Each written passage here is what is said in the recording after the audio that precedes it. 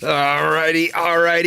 What's up, YouTube? Welcome back. How we doing today? It is your boy Trades coming back for another episode of the Treyders podcast. I think this is episode 54. Coming in again to give some more live price action on AMC and the stock market, baby. Here we go. It has been quite the roller coaster of a 48 hours. So we're back again, and we're just going to be covering some different stuff here. And I know there's a lot of questions on a lot of stuff. So we're going to kind of go through all this as we're streaming here today. I don't know how long I'm going to go. We're going to, take that a day, a little bit at a time, hour by hour, just so that I'm taking care of my left eye. It's actually in pretty good shape right now for anybody curious. Left eye is hanging in there pretty well. I've gotten some steroid injections once every week or so. And, for whatever reason or another, they're starting to do a little bit now. So maybe it's just the fact that I'm less stressed. Maybe the autoimmune disease or whatever the heck is causing it is just going down. But nonetheless, I am very happy and satisfied with that because it means I got more time on the computer with my fellow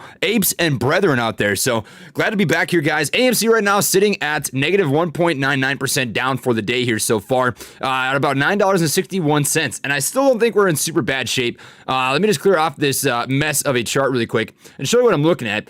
In terms of technical setups, we've got an ascending level of support here, right? So we got 1, 2, 3, 4 different touch points respecting this ascending level of support. And I wouldn't be overly concerned unless we break down to about $9.36, in which case we will likely see a test of $9. So $9 is kind of the underlying level of support right now, which is a great entry point into the stock with a triple bottom setup, 1, 2, 3 touches right here. And then it was previously a level of resistance, as you can see right here, with a 1 touch, 2 touch, 3 touch setup here. So 6 different touch points on a major 3-month chart setup here. So $9 acting as a very solid level of support if we do end up breaking below this ascending channel. So we're in pretty good shape right now. I'm not worried about where we're at. This is just another opportunity to buy into AMC for cheaper. And I'm going to be honest with you.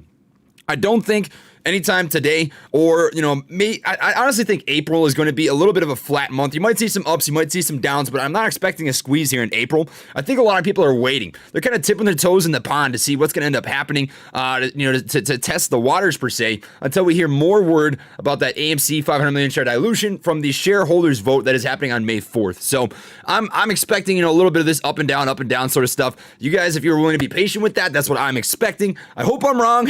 Obviously, I would not mind in the least bit if we do end up seeing a nice little run here sometime in April, but that's my personal expectation, and I don't want to bullshit anybody out there. That's currently what my thoughts are. So enough about that, technical setup. We're going to get into some of the data here. I've got Ortex available, but there's a couple other things that I want to address here really fast, and that is the Wolf interview, and that is the CEO interview with Adam Aaron, baby. I want to address both of those things. We're going to save the good news for the second piece of the, the talk that we're having right now. First piece, right? Jordan Belfort. So I obviously, unless you live under a rock, very controversial interview, brought Jordan Belfort onto the channel, and we discussed, the stock market, AMC, cryptocurrency, Bitcoin for about 40 minutes. And what I will say is this. We had 2 different interviews, right? So you guys saw the second one, and I'm not allowed to disclose any information or release the first interview for reasons that I can't really disclose. But nonetheless, what I will tell you is it was a pretty crazy, situation. I obviously didn't expect the answers that I got in that second interview. I know that a lot of people out there also didn't expect those answers, and I know that there's some theories out there. I've seen the thing about the AMC kind of decrypted code, and I'm not going to either confirm nor deny that. But what I will tell you is that first interview with JB was much different than the second one. So that's as much as I can say about that. I do think there were some good learning points in there, but it is what it is. Everybody's going to form their own opinions. I'm not going to, change my mind about the stock based on what one person said. I still hold, my AMC shares. I'm going to continue to hold my AMC shares. I'm definitely not going to be a sellout. I'll tell you that right now. Yep. You guys already said in the comment section. Yes, and Martin Carr, AMC. You know what it is. But my opinion doesn't change. You know how I guys rock. You know how I rock. I rock with the Guerrilla Gang. I stand by all the research. Think about this, guys. When I see a bear case, what is their case? The stock has only been going down. You guys are a bunch of weenies. What are you doing? Get out of here. You're never going to see it go back up. The second argument is the shorts have already covered. And my argument and thesis to that is this, right? You look at Ortex, and Ortex, you've seen nothing but the short interest continuously going up now for literally days and days and days. Utilization sitting at 95% right now. Current shares on loan, almost 130 million. The percentage of free float on loan at 32%. Now, if you're not familiar with what these numbers are, the utilization refers to all the lendable shares that are currently out on a loan. Now, this doesn't necessarily mean that they're all being shorted. However, what it does mean is that out of 100% of lendable shares, 95% of them are out, which means that the shortability of the stock is getting extremely low, right? And this has been going up. It's up 11% over the last 7 days, along with the fact that the free float percentage on loan is also up 11%, and the shares on loan up 11%. You guys see the trend here, right? So there's a pretty high likelihood that these are all short shares that have been sent out. And even if they weren't shorted immediately, what you can see happen is these shares that get lent out can be lent out again to a shorter or somebody who would like to short the stock into the market, right? So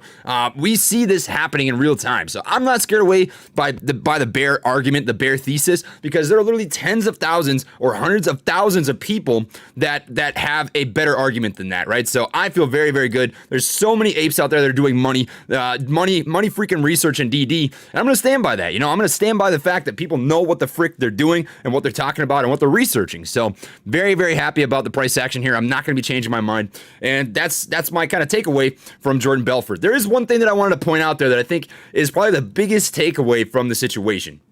And it's this, right? So Jordan Belfort said this: we're currently in a bull market. There's money to be made in speculation, and make the money when the money is there to make. Now, there was a lot of uncertainty in what he said, and I recognize that. And in no way, shape, or form am I encouraging what somebody else's opinion is, right? I brought him on, expecting different things than we ended up talking about, but that's okay. I respect his opinion. We don't have to agree with his opinion. It's just an opinion, right? It's his thoughts on the current market based on his experience and where he's gone in life, right? But the big takeaway for me is this: speculative plays make a lot of money. And this is a speculative play, right? You want to stay on top of these Reddit boards. You want to stay on top of your Discord messages. You want to stay on top of the DD, all that sort of stuff. Make sure you're doing your own research and literally taking this day by day and keeping up with everything. And you can make money doing that. He said it himself. He said you don't have to play these sort of stocks and bet the whole farm every single day if you know what you're doing. You're keeping up with the news, which is literally this AMC community to a freaking T, guys. You can't make that up. That's literally all that it is. So I think there were some good takeaways there if you're willing to look for them. There were obviously some things that I don't agree with. He said that the 500 million share dilution is going to guaranteed get passed, and I don't think he understood truly what we were talking about. So I think there was a little bit of mix up between GameStop and AMC, and I don't think he fully realized that AMC 500 million share dilution is getting voted on by shareholders who own over 88% of the current free float on the stock, right? With that being said, if the majority of us vote no, it just won't freaking pass. I mean, there's a million examples that you can point out. For example, BioLace, I bring this up all the time, BIOL. This is a stock that at one point in time had a reverse split, right? And with this reverse split, it was a shareholders vote to get this passed, and it didn't end up passing. It got voted no. The same exact thing can happen with AMC. If the shareholders think in that current moment in time that it is not a worthwhile decision to pass a share dilution, it just won't freaking pass, right? So I think there was just a little bit of confusion. He didn't truly understand the situation there, which is okay, right? I expected a different answer. I expected a little bit different of a conversation, but nonetheless, we have to stay true in our convictions. And if you've done research that contradicts what somebody else's opinion is, then that doesn't change your conviction, right? If you've done your DD, you know what you stand for, then that's what you stand for, right? So that's my 2 cents on that. I don't want to talk about the Wolf interview anymore. I plan on making a video about it, giving a full walkthrough reaction to all the pieces that he talked about at some point here, either today or tomorrow. I was going to do it yesterday, but here we are right now. Nonetheless, the second piece is this. I want to talk about the AMC CEO interview with Adam freaking Aaron Baby, and I am going to confirm that that is legitimate. Now, I'm not going to post any screenshots to the general public. I'm not going to disclose any information, but what I will say is that the current plan is to make this happen sometime next week, right? So me and Adam Aaron are going to have some conversations sometime over the next couple of days. I have got his email. We are actually talking at this current moment in time. He's talking with some of my business team. I've got a great couple of partners, Alpaca, Oxerlock, if you're watching this, shout out to you guys. You freaking make this stuff happen. They're talking with my team right now, and we're making it happen. So we are going to get him on. We're going to ask him some good, tough questions. We're going to address a lot of different topics, and I've got a team of people that are formulating questions that we can go through on this. I've got a kind of a mock interview that I'm going to be going through with a couple different people in the Discord, so you guys can expect a very good interview there, and I have some great questions for the guy, and we're going to kind of dig through, some of the different, interviews that he's done with news sources and kind of look at the answers interviews that he gives, right? So if he's asked a question about, let's say, the 500 million share dilution, which I think he's pretty open to talk about, right? He's going to give a certain opinion on that and probably be more likely to discuss.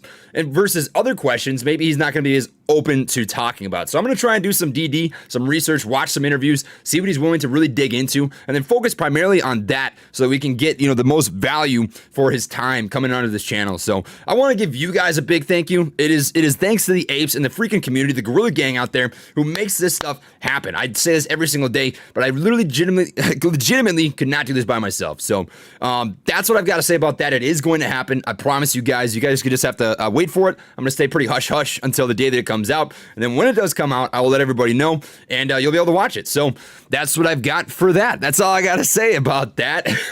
All right, man. There we go.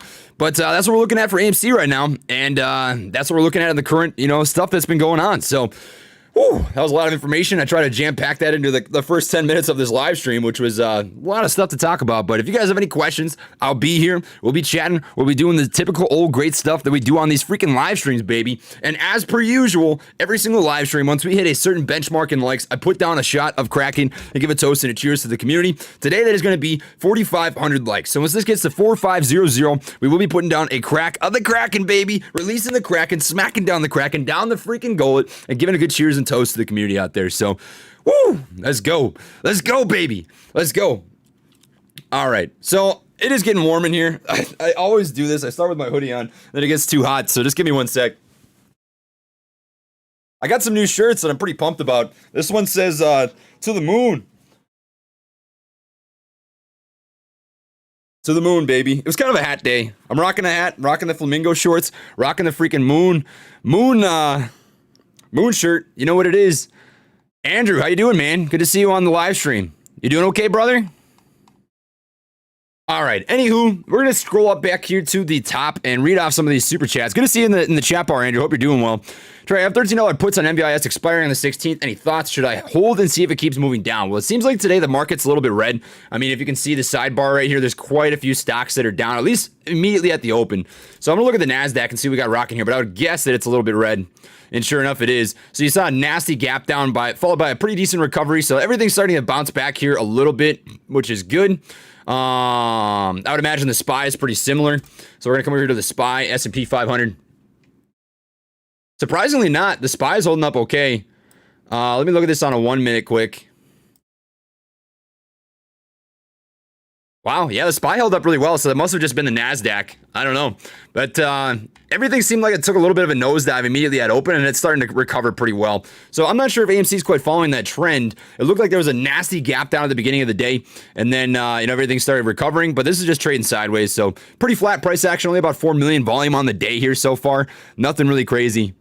No, guys, get out of here. Not a dead skirt. You know what it is. You know what it is. You know what it is, guys.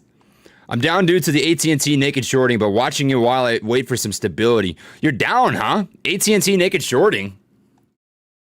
AT&T naked shorting?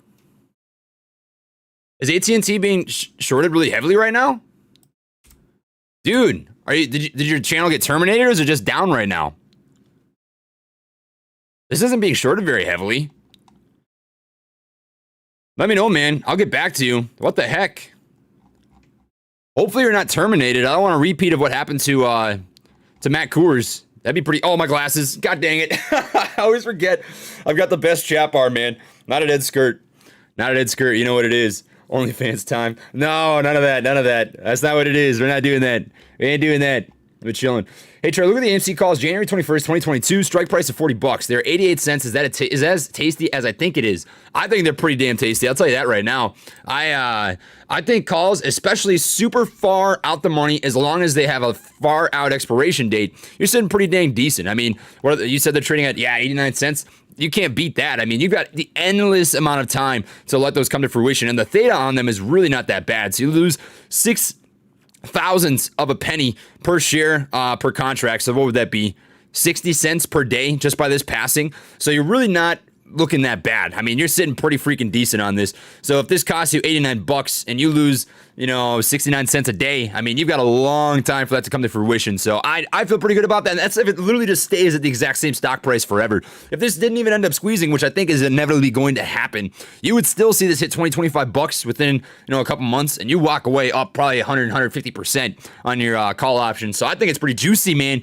Filthy juicy. I dig it. And did anyone see if Andrew responded to that? I see people mentioning Zohm in the chat bar. By the way, we freaking called Zohm to a T. I know my video was super freaking long. I put out like an hour-long video talking about Zohm. But I said that I thought it was going to drop down to about $1.20. It ended up coming back down to about $1.11 and then bouncing. But it was a false breakdown. So that was during the pre-market. Saw a false breakdown about $1.11. Bounced really nicely off this level of support. So I think it's going to end up holding up to that and, doing some pretty good stuff. Extending out here, respecting that descending level of resistance. I think it's just a matter of time until it gets that push. But we'll see what ends up happening. Keep your head up. Congrats on the interview with Adam. Thank you, man. I appreciate that. Bo money, more money. Trey, took off work today. Follow your channel. Love the energy. LFG Apes. Hey, I hope that you have a good day off work, man. That's some money. I'm taking a quick stab at an in and out play for the day. I'm taking a whack at AFMD. So you saw a pretty initial drop off here on a couple different stocks. I'm in at AFMD with a pretty small size. I'm going to get in and out of this the same day. Just make a quick little bit, 5-10% or so. In at 972, looking for a break over this level of resistance right here. We've got like 7 different candlewick touches at 982. If it comes with that 982 push, I think you're going to likely see 1020, 1030. Should be pretty solid. I'd be happy with that. Get in and out for the day and walk away pretty decent. But that's what we're looking at right now. AMC trading pretty sideways. We're going to look at the level 2s here really quick. And you've still got that same penny by penny spread on the ask and the bid per usual, guys. So heavy shorting taking place once again. We're going to give you an update on what the share availability looks like according to Fintel and some different sources and what it be, what it do. So you know what it is. I'm just going to keep scrolling up and make sure that I'm not missing Andrew's post. I want to make sure that the guy's all right. If you guys see that he said anything, just let me know. Relay the message. I just want to say that you are my favorite ape. I look forward to your positive energy and your love for the game of life. I've learned to continue to learn so much. Keep the streams coming. Thank you, Adrian. You're always freaking watching these. You're a true ape. I recognize the names. I'll tell you what. I recognize when people are returners. Ghost, by the way, scalping Gene. Gene's making a pretty good move. Genetic. It was kind of flat in the pre-market, but dang, she's really moving right now. Really moving.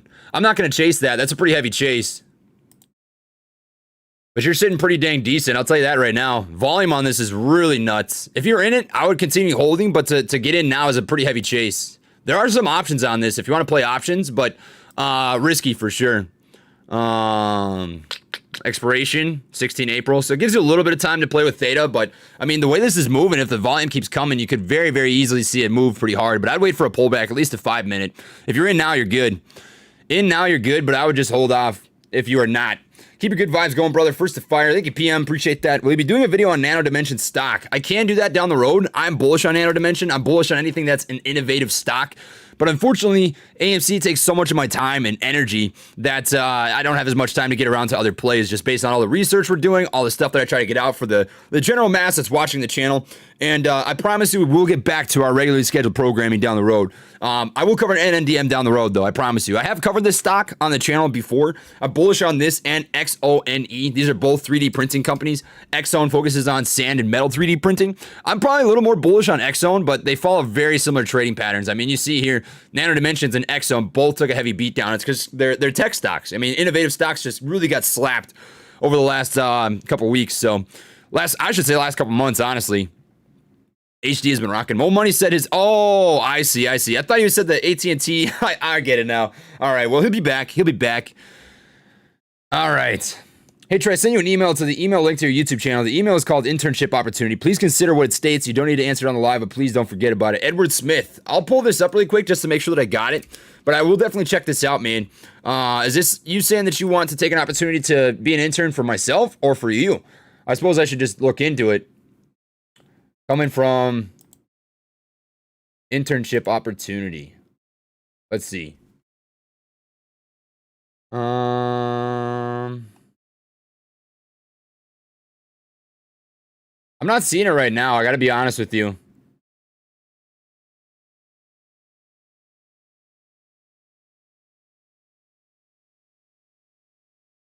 Yeah, I'm not seeing it, man. You want to resend it? Resend it my way and I'll check it out.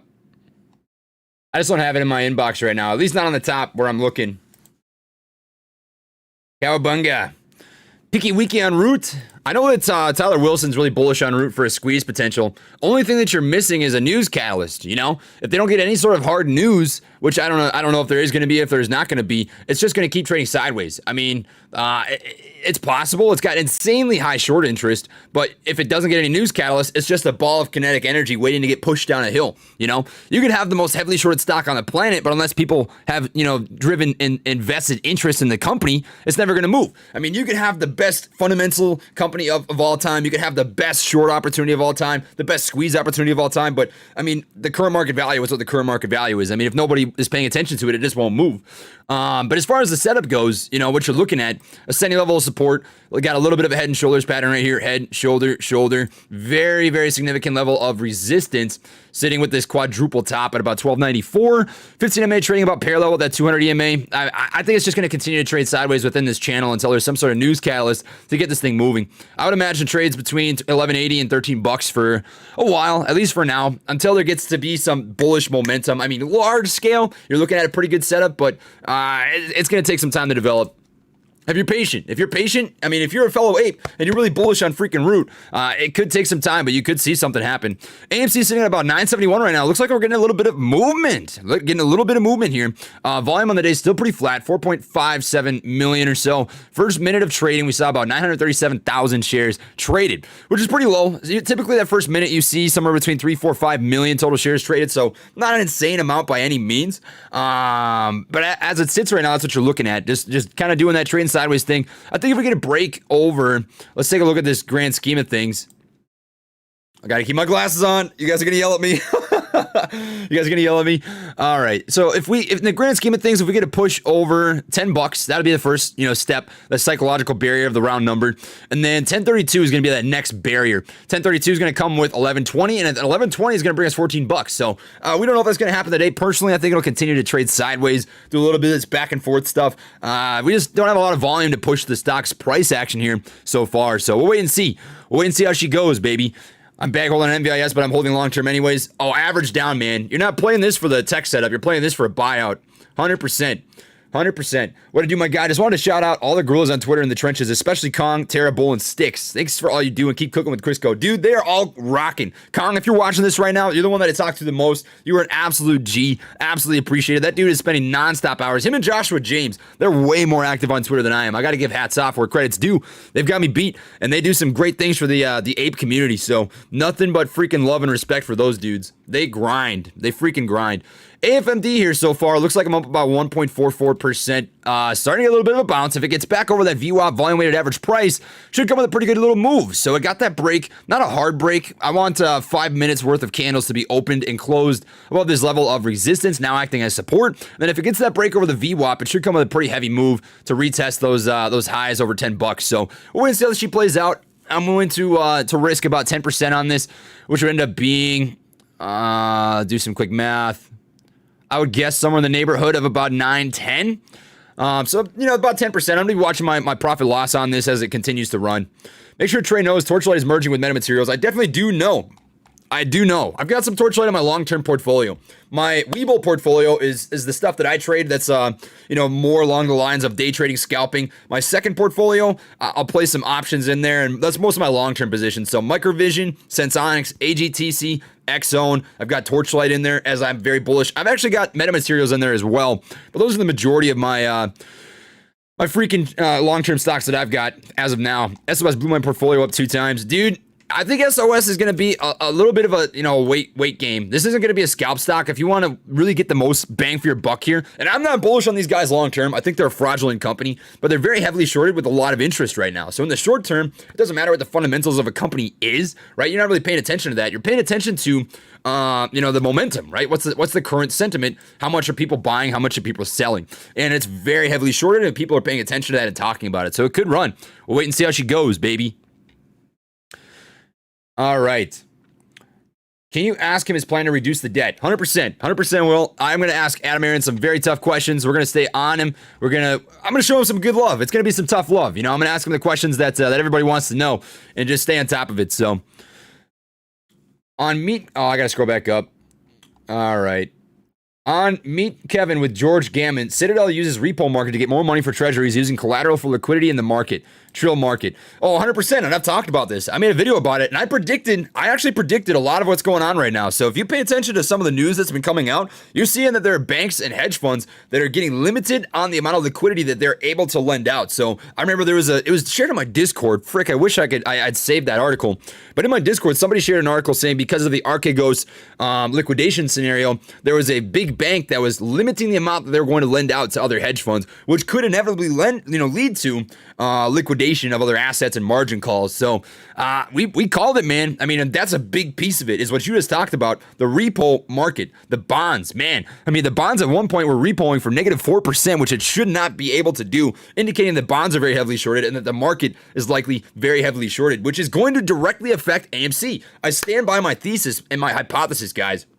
I really, really do think that you're going to see some really big blue chip stocks out here that are going to come crashing down from liquidation, and the heavily shorted stocks that have to get covered are going to end up moving very, very hard. So we'll see how she ends up going.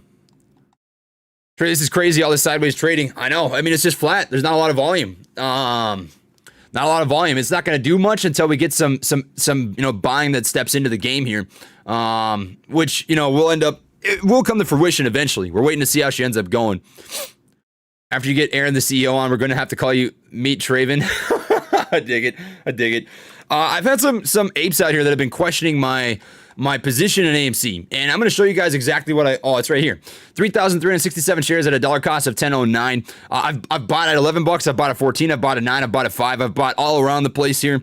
And some people are saying, hey, Trey, how come you don't own more than 3,367 shares? And my answer to you is the month of March was very tough because and I'm going to be real with you guys. I'm a storyteller. I like to be transparent. I like to keep things at face value. My mom, if you're just tuning in for the first time, had COVID. She got COVID and unfortunately ran into some really bad health complications. She got blood clots in her lungs and her legs. And I've been sending her a little bit of cash to help alleviate some of the medical bills that have been going on. That on top of some of the legal stuff that I'm dealing with, my money's been tighter than I'd like it to be. That's no excuse by any means, which is why I have been increasing my shares in AMC slowly over time, but I haven't been able to contribute as much to my personal portfolio as I usually would. So just keep that in the back of your mind. I am continuously adding to my position, and my mom is very slowly getting better now. She's able to start going back to work, limited hours, starting to get her strength back, which is good.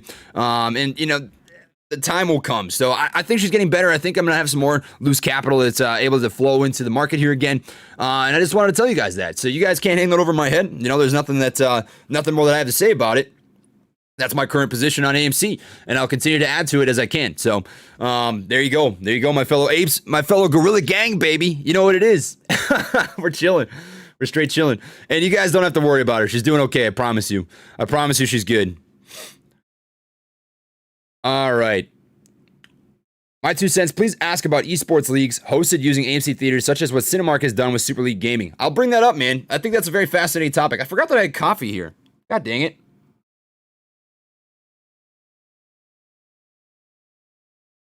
Chris S says, only buy if you can. That goes for everyone. Thank you for saying that.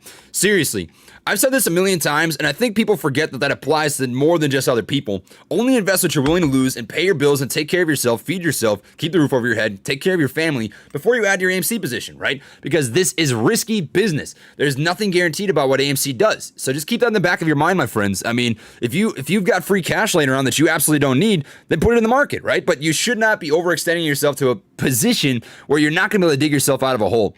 So just keep that in the back of your mind. We've got to be sensical about our positions, yet stay convicted and true to our positions when the money's there. So just be smart, right? Don't over leverage, don't overextend.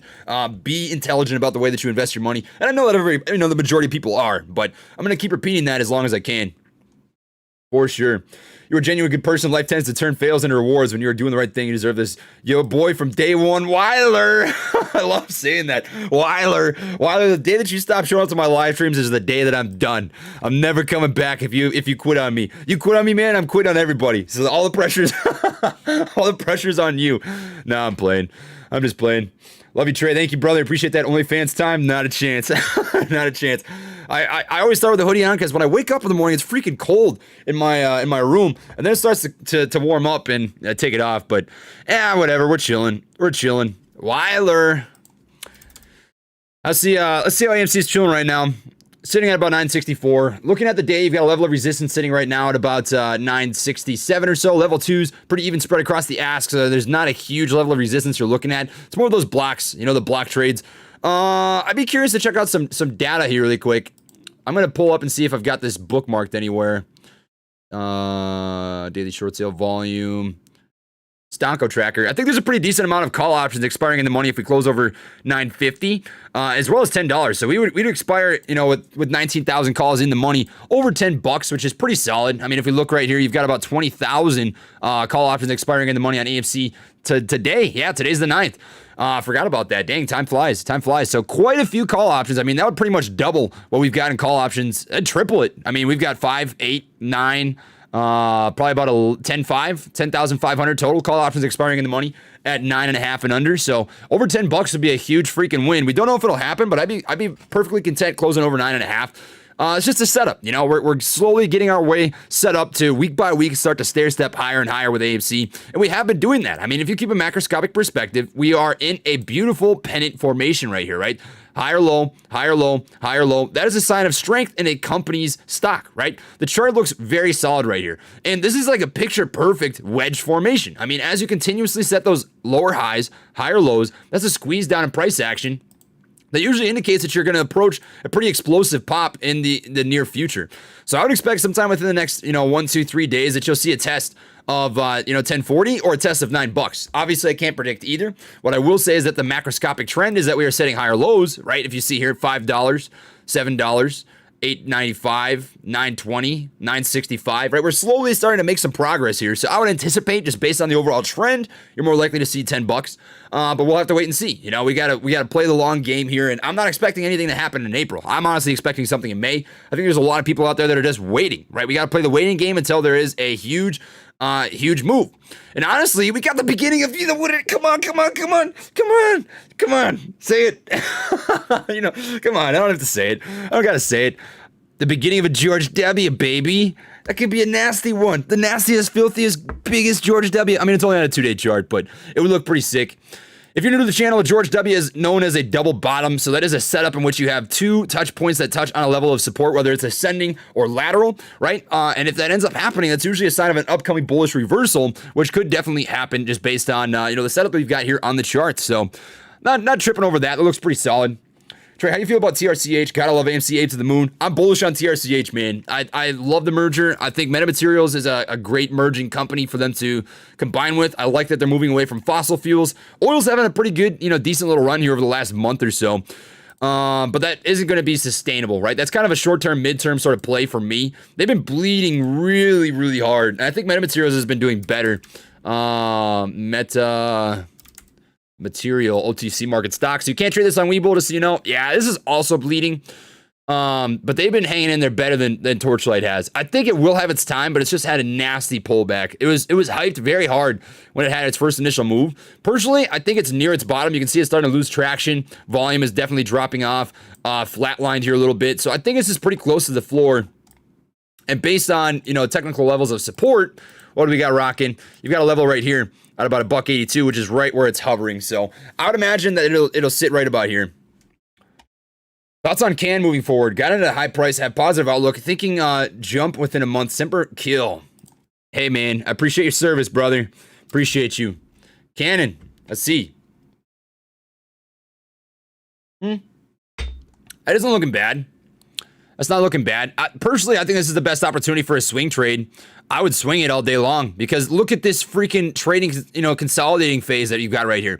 It's got a clear trended pattern of bouncing off of support at $16.22 and resistance at $23. If you rinsed and repeated this, you could have, rocked this thing 4 or 5 times with all the times that it's bounced between these two levels. Personally, what I would do, I think it's gonna likely test 16.20 as a level of support again. Lower your dollar cost average when it tests 16.20 and ride it up to $23. Take your profits, rinse and repeat if you're going to play Can. But I don't know anything about the company long term. That's just based on the chart setup. So that's what I would do personally, but I don't mind it. It's a pretty solid setup.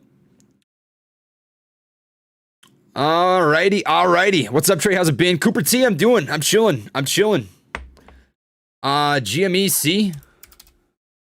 How's GameStop sitting right now? Down about 1%. Slowly bleeding, but nothing crazy. I mean, it's looking pretty similar to what AMC is doing right now, unfortunately. I think it's just a patience game. I mean, they had that crazy sell-off after they announced that they're going to do an offering and dilute a small amount, which isn't surprising. I mean, the fact that they've been trading at over $100 for quite some time, like JB said, it makes sense that they did that offering and diluted a little bit. It was probably a good move for the long-term, health of the company. However, bad for the squeeze in the short term. It scares off some people without a doubt. Personally, I'm an AMC guy. I'd rather rock with AMC than GameStop. I'm just going to be real. I'm going to be absolutely real. Oh, excuse me. Ooh. I haven't missed your super chat, Alex. I'm just going one by one. I promise you. Promise you, man. Trey, love you, man. You got to watch Martian XTG, Moon Gang, AMC Apes Anthem. You got a whole verse about you. Keep it real. No way. No way. Well, now I got to check it out.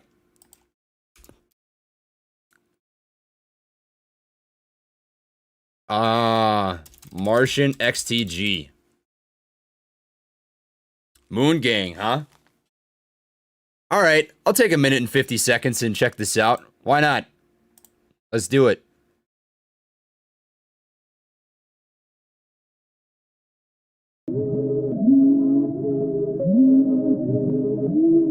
This is not financial advice. Dude, apes. We going to the moon in our favorite rocket ship. Yeah, pay up Citadel, bitch, I heard you got my shit.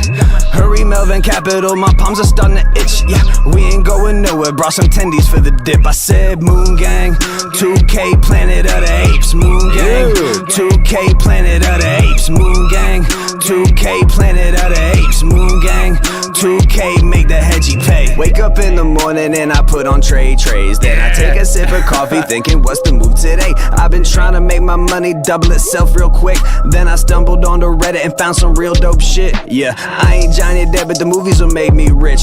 I ain't sold a share yet and I keep buying the dips. Dude. I'm an AMC vet and I got diamonds for fists. We're just a bunch of stupid apes so we keep flying the ship. Yeah, shares about as real as a Kardashian's ass. I squeeze all of that shit and slap all of the ass. I think everyone knows that this is not a dead cat, so just hodl your shares and strap in for the blast. Cause we're going to the moon in our favorite rocket ship. Yeah, pay up Citadel, bitch, I heard you got my shit. Hurry, Melvin Capital, my palms are starting to itch. Yeah, we ain't going nowhere, brought some tendies for the dip. I said Moon Gang, 2K Planet of the Apes. Moon Gang, 2K Planet of the Apes. Moon Gang, such a bad dancer, 2K Planet of the Apes. Moon Gang, 2K make the hedgie pay. Dang, all right, I see you. That was freaking decent. That wasn't bad at all. Good suggestion, man. Dang, all right, let's go. Let's freaking go, man. Get that down. Decent, freaking decent. That's what we like to call filthy, dude. I love it. I'm at work in an elder's house and this was blasting. I love it. That's good. Oh, dude. Demonetized. It's over. Nah, whatever. We're chilling. It's worth it. We had to listen to that hot shit, man. We had to listen to that hot slapper. Not bad. All right. Good suggestion. Yes, Trey, please do an analysis vid on NNDM soon. Definitely will, man. I promise you. Great to see influencers with military background. Check out the Catalyst program. We help veterans translate skills after getting out on open doors. I'll look into that, man. I'm gonna copy and paste that into I always keep a working Google Doc. Let me remember that. The Catalyst program. I'll look into that, brother. Appreciate it. Thank you. I voted yes on the dilution because I thought AMC would acquire Amazon would acquire AMC. Is there any way to change my vote to no? I use Ameritrade and Robinhood. Yes. You just go back to your personal email that you got and you can change it over there in the proxy. I'm not going to say, what to do for anybody. Personally, I voted no, and I wouldn't change my vote unless I had a reason to believe otherwise what they're going to be doing with their 500 million shares. So it's entirely up to you. I'm not going to tell you what to do. That's just my personal opinion. If they gave me an exact reason as to why they wanted to dilute, I would change my mind, but we're going to have to wait and see. That's my personal opinion as of now. And I've seen the FUD. I've seen the FUD spreading on StockTwits and Twitter and all over the place.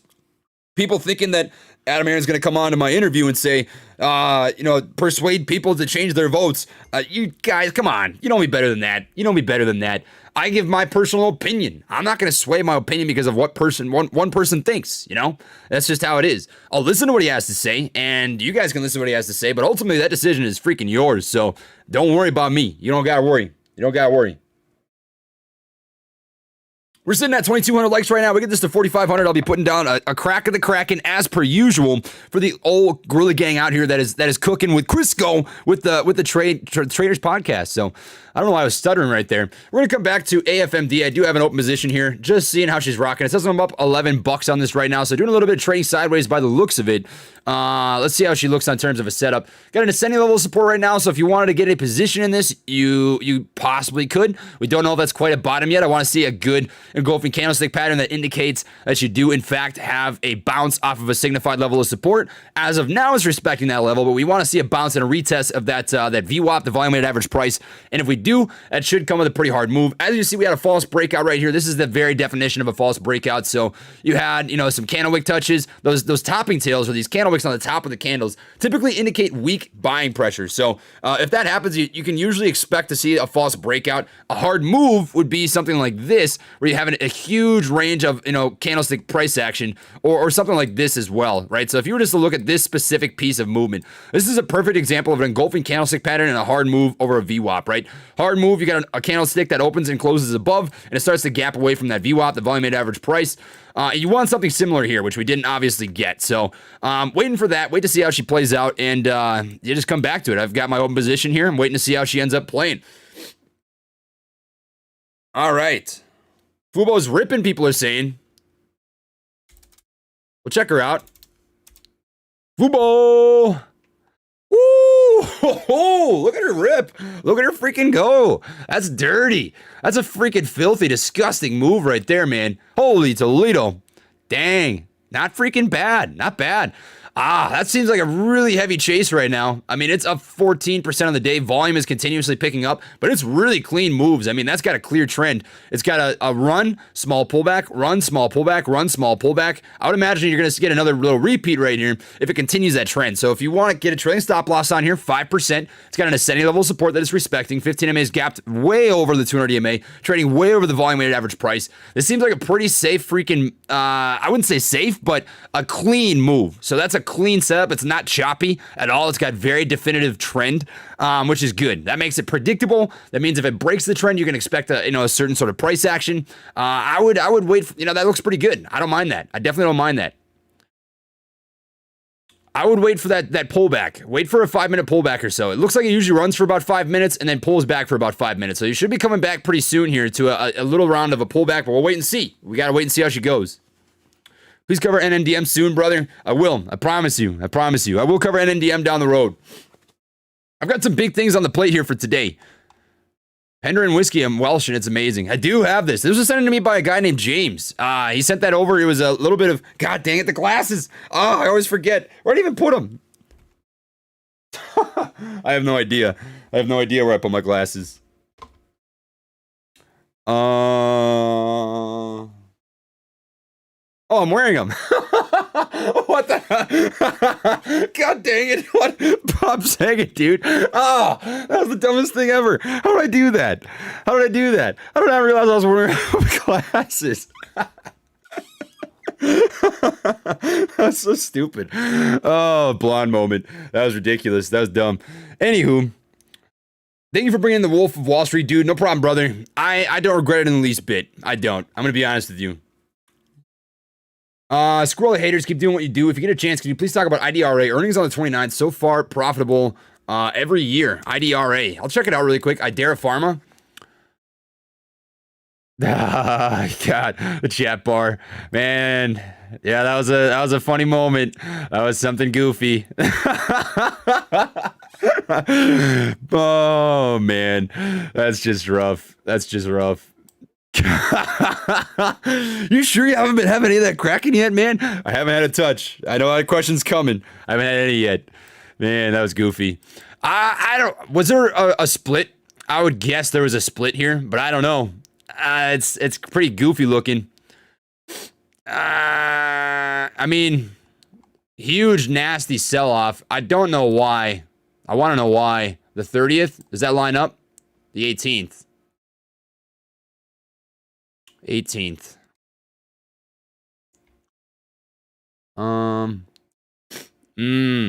So if these were hit pieces that you don't feel are validated, then I wouldn't worry about that sell-off. That just means you're buying at an extreme discount. But if it's a validated sell-off, I would stay away. Even if it's a good company, you know, even if they're profitable. Pharma stocks are really tough, man. They're tough. I mean, they're diamonds in the rough. You got to really find the freaking cream of the crop for pharma stocks if you want to hit it, because there's so many and they're completely 100% dependent on their pipeline product going well. And if it doesn't go well, you're screwed. You're screwed. You come out the other end just walking away with nothing, you know? So, yeah, I think there's better setups out there. If they are profitable, that's awesome, but nah.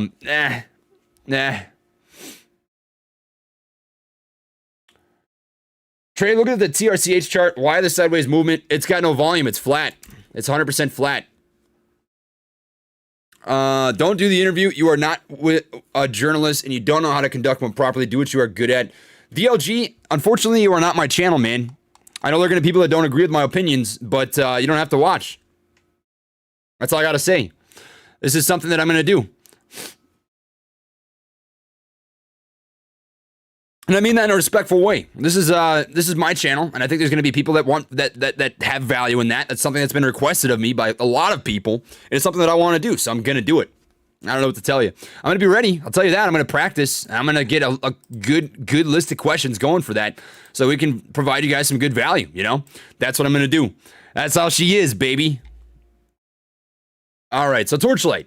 Why the sideways movement? Yeah, just flat in volume. I mean, if you look at this, the volume has just gone down continuously every single day. You'll get to see this trend better if you look at this on a daily candle, and you can just see. I mean, it's just flatlining. When a stock is bleeding like this and the volume doesn't pick up, it's just going to keep bleeding. I mean, you need some sort of catalyst, movement, momentum, and we just don't have it yet. What I will tell you is that it is riding real freaking close on this ascending level of support. So if it gets a bounce off that, you'll be sitting pretty good. But you really need a break out of this descending level of resistance. You want that 15 MA to cross back over the 200 MA, which is unfortunately not quite there yet, but it's getting closer, right? So you can see the gap between these two indicators is starting to weasel its way down. It's starting to consolidate, flatlining. It's barely starting to set higher lows, which is a good step in the right direction. So if you get some sort of news catalyst, I mean, if they announce more details about the merger, if there's any sort of big whale buy to get the momentum back, you'll be sitting pretty decent. I don't mind it for sure. Hey Trey, good to see you streaming. Thoughts on FBIO, says Jessica. Jessica, I know that you're a regular watcher. Good to have you here. Appreciate you. Appreciate you coming in. Oh, that's dirty. I mean, this is a perfect swing trade setup. If you got in back here about 5 days ago, this is like my favorite sort of swing trade setup. So if we were to look at this, just right here, right? You've got that 15 MA crossing over the 200 MA. You got an unusual trade bump in trading volume. That's a setup. And if you had a news catalyst back here on, you know, the first, that would have been a perfect setup. Let's just take a look. And it does look like it. Yeah, they received a buy rating from HC Wainwright. It feels a little bit chasey to me right now. In today's price action, you've got a huge candle wick of rejection. So personally, I would stay off for now. Yeah, I mean, it's got a George W setup. So, I mean, if it breaks this neckline, you could get in today for a little bit of a rock. But I would wait for a 1 or 2 minute candle to break over this level of resistance. And if it gets that break, you can ride it. You could ride it. I wouldn't mind that. But that's a solid swing trade opportunity if you're rocking it right now. I would continue to hold. Big time, baby. You know what it is. The George W. I mean, that's just a picture perfect George W. Isn't it? Isn't that just a picture perfect George W? Come on. Come on. You can't tell me it isn't. You can't. You can't tell me. You can try, but you can't. I'm just going to screenshot this bad boy. That's got to go on Twitter. George W. All right, we'll slap her up there, guys. Do me a solid if you got a Twitter, if you want. If not, I'm chilling. I don't really care. We're just gonna slap this up, and we're gonna say, you know what it is. Not AMC, but you still know what it is. Oh, beautiful. I see people asking about SOS. Personally, I think SOS is best for a short-term swing. I think it's got a good chance at a short squeeze. It's got very, very heavy short interest, and it did get this break over the neckline, by the way. So it got that break over the level of resistance. So if you wanted to pull the trigger, I don't feel bad about that trade. 15 EMA starting to hook back up towards the 200 EMA. The next level that you're going to be watching for is going to be a break over about 528. So I'd have that stop loss down here, probably about $5. That's what I would do personally, but obviously I'm not your financial advisor. This is just my personal opinion based on what I know about technical analysis. Do as a long term. Do BRP Incorporated as a long term. That's probably the only way that I would play, just based on the choppy price action. Yeah, I love it. I mean, that's a beautiful, beautiful long-term setup. I mean, disgusting, nasty growth. Can't beat it. It had a temporary dip, but otherwise, it's just riding an ascending level of support. I mean, this just looks like a picture-perfect blue chip stock. I mean, I don't know what these guys do, but looks really filthy, honestly. I wouldn't buy right now. You got a little bit of potential for a double top right here at about $90. So I'd wait for a pullback. 1, 2, 3, 4 different candle wicks touching right here. I'd imagine it's going to pull back off that. Typically, if you got that many touch points on a level of resistance, it's going to reject. So I'd wait for now. All right. I've touched on Torchlight. Hopefully, you're able to catch that. Brett, can you choose to not exercise a call? Let me scroll back up. All right, can you choose not to exercise a call on a squeeze? What's the strategy to get out? You can choose not to exercise. So if you want to get out, you just sell it, right? So if you bought a call option for, let's say, the $40 strike, all of a sudden the price is at $100. You want to sell that call option, you can do it. You don't have to exercise. Very solid, for sure. Ascend's running. I know that it was up a couple percent. Oh, she's down. Jeez. So uncertainty usually favors the bears. The longer that a company goes without news, the more likely you are to see it bleed like this, and that's what's happening with Sensonics. Personally, I've just been taking the opportunity to average down in my other portfolio. I see people saying what's going on with Eduardo? Yeah, Eduardo, I don't want to be a prick, but we really can't collude when we should buy shares and stuff. You guys buy shares on your own. You know, my channel has way too many eyes on it at this point for us to be doing stuff like that. So, I don't care if you guys reveal your positions. That's totally cool, but we don't want to plan buys. That's not good. That's not the move. So, let's just be careful about it. Let's be careful. Andrew says, while I wait, happy to jump on Treyders podcast and chat about Catalyst for AMC, OCC 801, the SEC closed door meeting, and the Congressman Catalyst. Andrew, you still watching right now? 690. I dig it. That's funny. What was it like to wake up to all the messages, and what was your first reaction when you read Adam's tweet? Glad you're back and healthy. You guys want to hear the story? I can tell it. So the day after the Wolf interview, I woke up and I didn't even go to sleep, actually. That night, I just fell into a freaking rabbit hole. Honestly, I read all the comments, all of the Twitter stuff, everything on StockTwits, everything on Reddit, everything on YouTube, and just took a freaking mental beatdown. So I think that day, I woke up at 2. I stayed up until the next day at 6 p.m. or so. So I don't know what that comes out to. 24 hours, 36, about 40. Yeah, I was up for about 40 hours, and then I took a nap. Fell asleep at about 6, got up at about 10:45, and my phone was going ballistic. It was going apeshit, dude. I was like, what is going on? So I opened my Discord and I see that I've got like literally 100 plus pings in my Discord. Like people just going bananas trying to tell me something. I was like, what is all this? They said, check your Twitter, check your Twitter, check your Twitter. I logged on. I was like, you gotta be joking. I was literally just doing the happy dance, jumping up and down. It was a cool moment for sure. Definitely a cool moment. I can't lie. I get excited. I'm a passionate guy. There's no hiding that at all. All right, AMC, what are we looking at right now? Waiting for that break over resistance at 967. Still kind of hugging. Waiting to see if it's going to get a hard move or not. Volume is just flat, waiting for some move in volume, and it should get a little bit of a push, but just consolidating. I mean, it is trading over the VWAP, and it looks like it is testing a break over 967, but you still have those huge blocks, right? So the largest block currently sitting at about 971. So that's going to be the biggest overarching level of resistance as it sits right now with about 7,000 shares waiting to get pushed through, and volume's pretty low. I mean, we're at 6 million volume total on the day here so far. Waiting to see how she ends up moving. So that's what we're looking at. Lots of knee-jerk reaction with that video. People are hypothesizing that he saw my interview with the Wolf. I don't know if that's legit or if he did or if he didn't, but I mean, that'd be freaking sick, man. That'd be sick. That'd be nasty. If he saw that interview, that'd warm my freaking heart. That'd make me a pretty happy dude. What was it like to wake up to all the messages? Oh, I just read that. Hey, Trey, there's a whole bunch of posts over on r/AMC stock that asks you to read before interviewing the CEO of AMC. Please go check them out. I am definitely going to be doing my homework. I promise you. I'm going to formulate some good questions. I'm going to see what the apes want. I mean, honestly, this is an opportunity for our voices to be heard as a community, right? The questions that we all want answered is what I'm going to come in and, and ask. So that's my personal plan as it sits right now. We're sitting at 2880 right now. As I said before, as we get to 4,500 likes on this video, I'll be hopping down at crack of the crack and giving you a good toast and cheers to the community. If you want to see that happen, that's what we're waiting on. So get her up to 4,500. Helps out the YouTube algorithm. That's the last one. I'll mention that for now. Appreciate it. If you don't, I'm chilling either way. I don't really care. I'm a happy chicken. I'm one happy ape, man. For sure. Apes in the chat. Come on, drop them. Drop those freaking gorillas. You know what it is. Come on. Oh, man.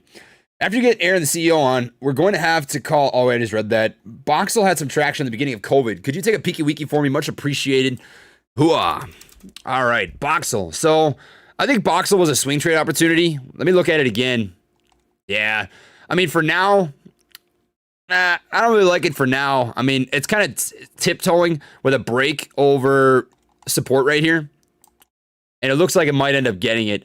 Let me look at the daily price action. The 1 minutes, pretty flat, not a lot of volume, so I can't really say for sure what's going to happen. It's trading over the VWAP right now, so that might have just been a false breakdown.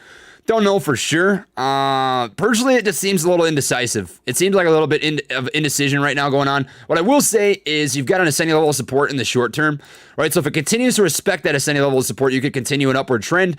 It has broken out of, at least for now, the downward trend, or at least it appears so, but that's kind of some choppy stuff. I mean, you got a couple of false breaks.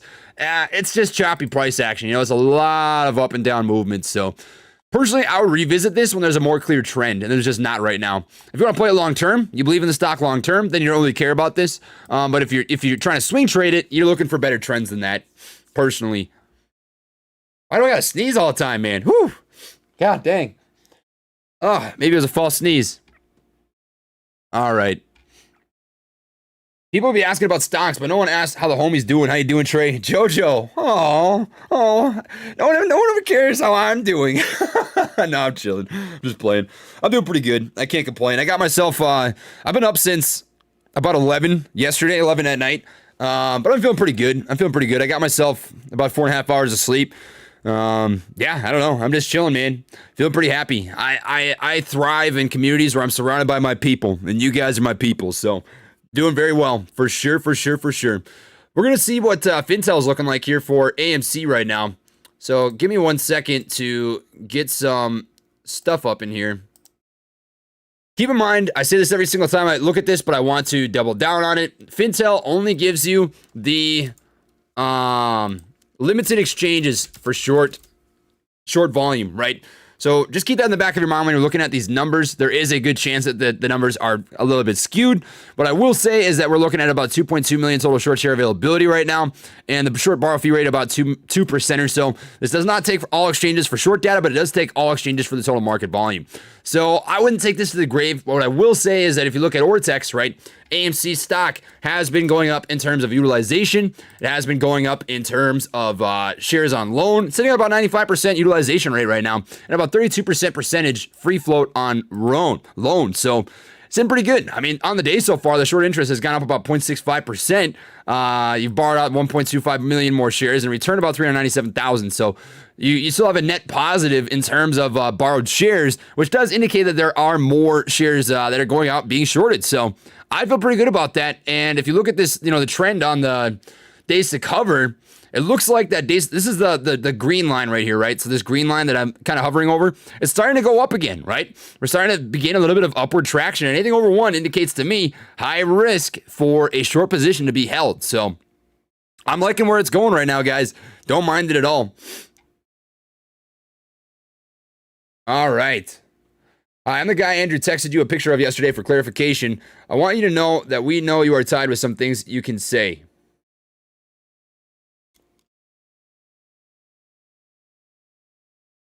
I'm the guy Andrew texted you a picture of yesterday for clarification. Did I miss something?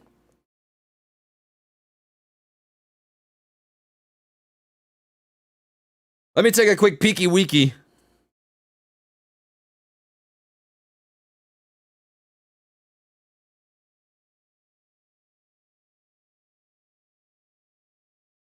Oh, I see now. Yeah, I got you. Interesting. I know you were tied with some things you can say. So, I mean, we could talk down the road here. I know that there are things that I can't say. I mean, I signed some documents, so I'm not entirely sure what you want me to tell you. What I will say is send me an email. You know, my email is in the About section of my YouTube page. If you want to send me an email, we can definitely chat and go from there, man. So, thank you for the super chat. Appreciate the question. We'll talk about it down the road. The intern thing. Have you ever heard of total return swaps? I haven't. I gotta be honest with you. What is that? Total return swaps. God, I gotta keep my glasses on. I hate wearing these. Man. They get old. Understanding total return swaps. A total return swap allows the party receiving the total return to gain exposure and benefit from a reference asset without actually owning it. Huh. While the other party makes payments based on the return of the underlying asset, which includes both the income it generates and any capital gains. In total return swaps, the underlying asset, referred to as the reference asset, is usually an equity index, a basket of loans, or bonds. The asset is owned by the party receiving the set rate payment.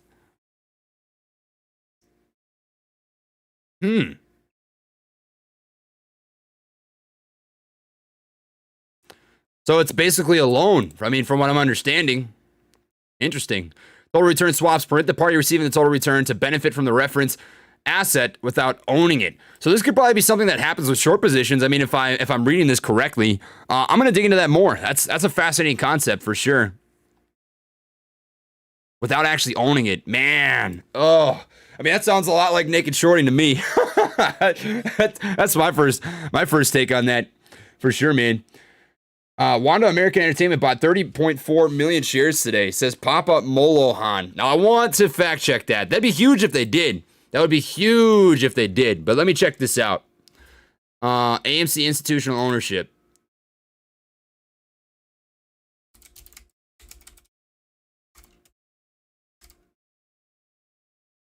Let's see what we got.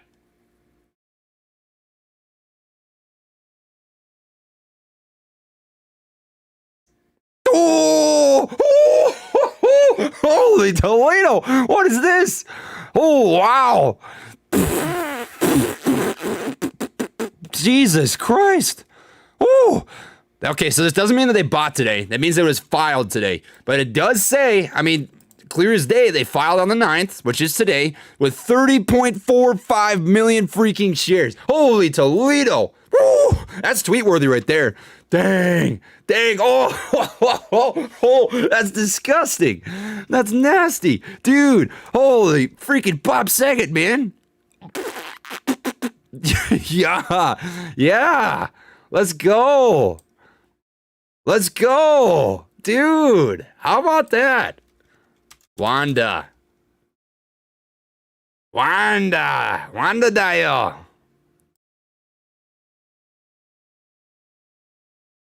AMC. Wanda filed today with a total buy-in of 30 million shares. Let's go. Apes in the chat. You know what it is. That's so cool, man. I'm digging it for sure. Not bad. How do I screenshot like that? You press the Windows key, the Shift key, and then S, and it screenshots my stuff. I also figured out how to scroll in, finally. It took me a long time, but you hold Control, and then you scroll. And that changes so you can scroll in. So when I'm like reading news documents and stuff, guys, I'm getting better at this. I'm getting better. I'm getting more tech savvy. It took a long time. They sold? No way. It says they bought.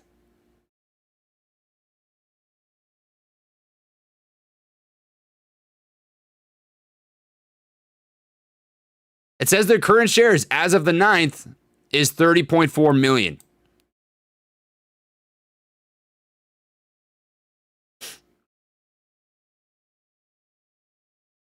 Let's see.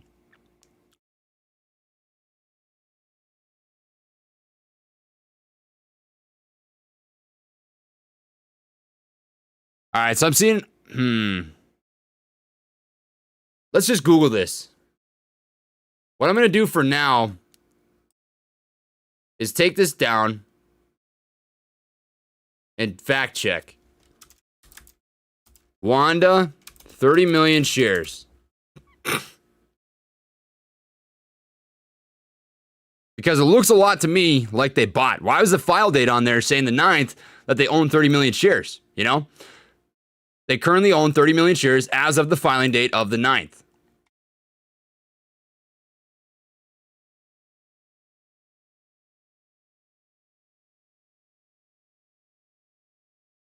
Let's see. If anybody has an article, let me know. I'd like to check it out. Call Wanda. Yeah. Anybody have their number? Anybody have their number? Let's see it.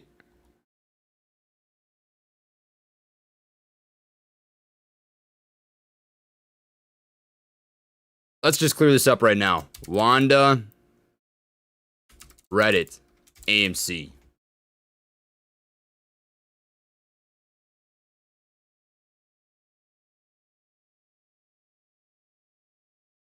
Let's see what we got.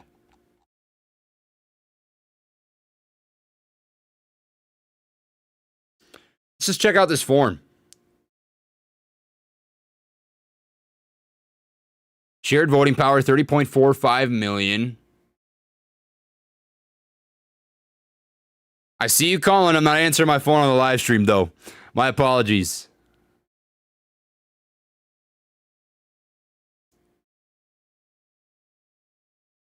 Let's see what we got.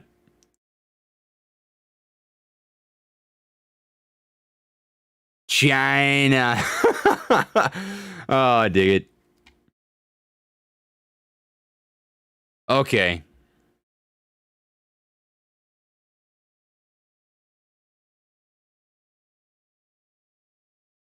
Copy.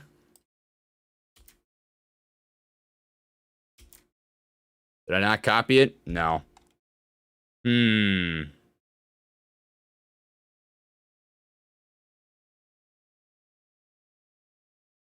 God dang it. I just want to know.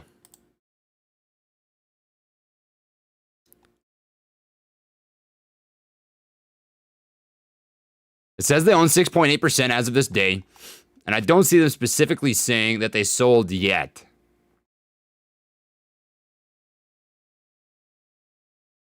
Check Ortex, they will have it. Okay, I will check that out. We'll see what they got cooking. See what they got cooking with Crisco.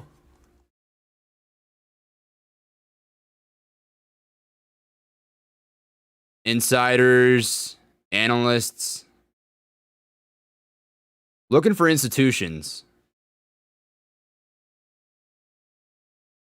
Maybe it'll be under insiders, but I don't think so.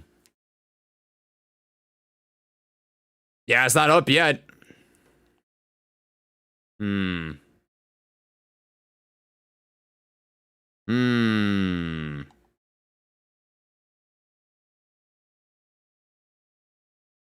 Look at percent change. Calculate 6% high or lower, only two possibilities. In the previous filing dated 2018-9/18, Wanda American Entertainment had reported owning 51.7 million shares, indicating a decrease.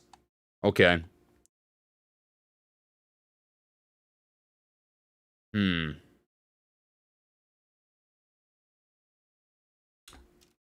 If they bought, I'm holding. If they sold, I'm selling. Well, that's some interesting conviction. My tweet did get deleted because I want to make sure. I want to fact check this. right? So just based on what was available to me, because Wanda was not on the top of this list before, right? I check this on a pretty regular basis, pretty much every day, looking at the highest owned shares, and Wanda was not even on this list. Like, the top was Dimensional Fund Advisors before with 0. Wanda wasn't even up here, right? Which indicates to me, some goofy stuff. They're not up here on the filings either, which is really confusing.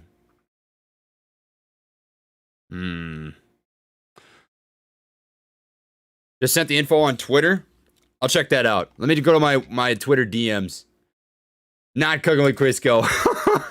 We'll find this out, guys. We're going to figure this out. We got to know. All right. Share a tweet. View. Okay, so according to Wanda SEC filings, Wanda sold 13.6 million shares at an average price of $14.03 on March 19th and March 20th. AMC price on 3/19 closed at $13.93, and we opened at $13.15 on the 22nd. Sales most likely reported $3.22 and may have contributed for the gap down, just presenting data. So that's what it appears to be as of now. So if they'd sold 13.6 million shares, that would probably add up to their current position, which is sitting at that 30 million-ish that we're at right now. So no recent buys or sells according to their let's see this, SEC filing. Yeah. So no recent buys from the looks of it. So we're going to keep that down. Now we know. Now we know.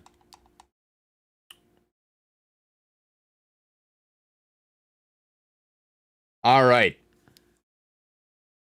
Back to it. What are we looking at right now with AMC?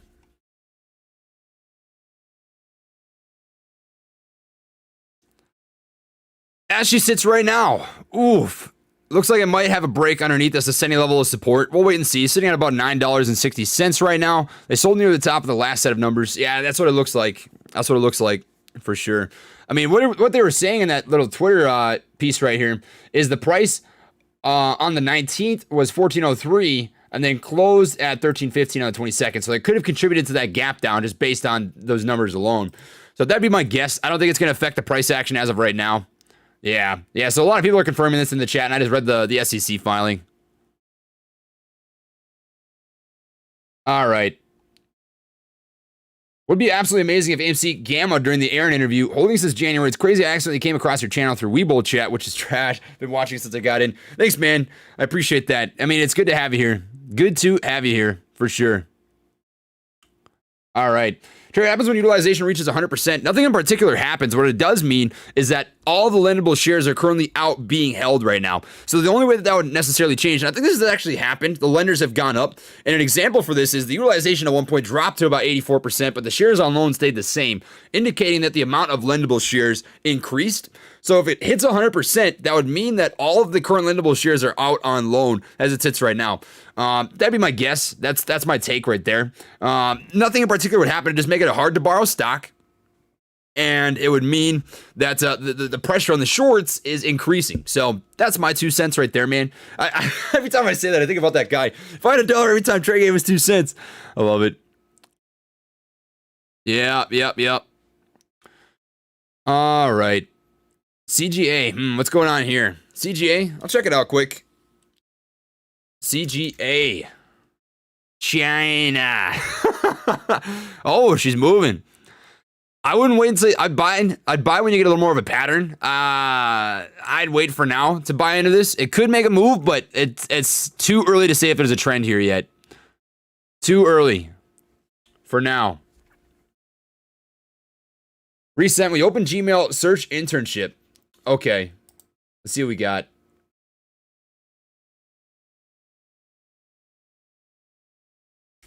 Internship.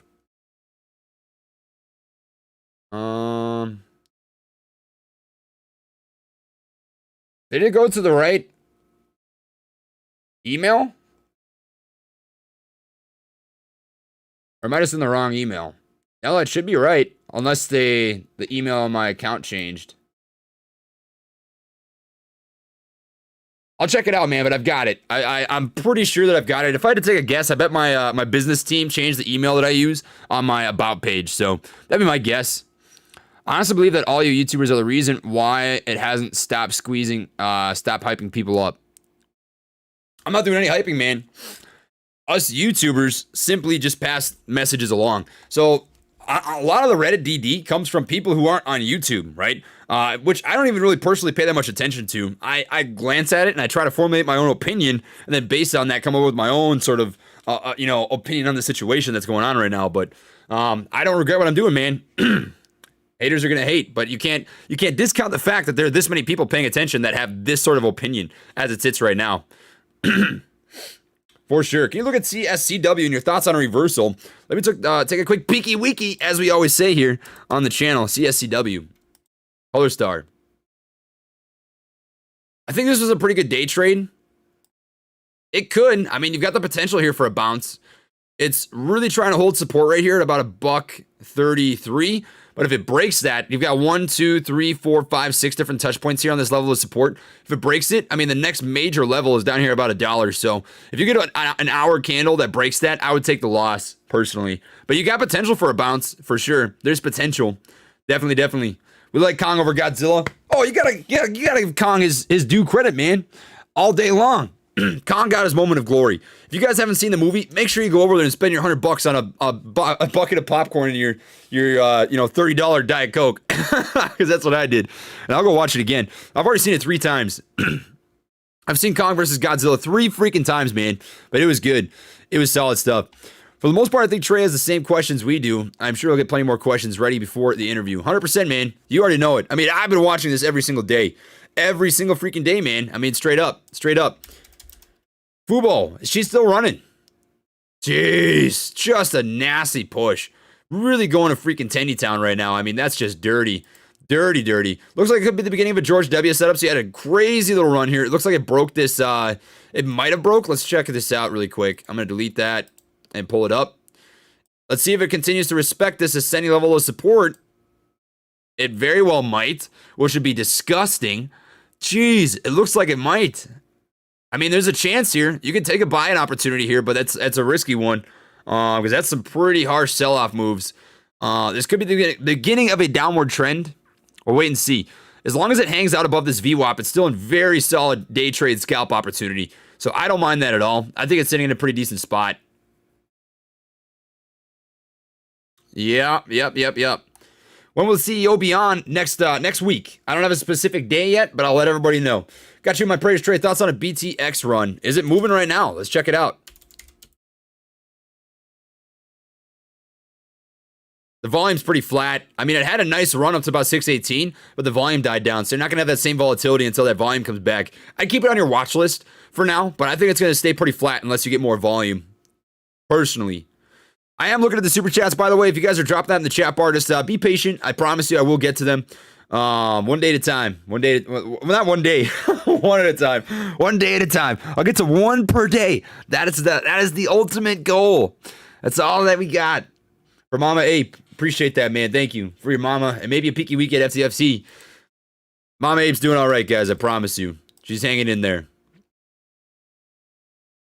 FTFT, I think this is more of a swing trade. Let me take a look at this. Swing trade long term. Yeah, personally what I would do here, you got that same sort of consolidation going on.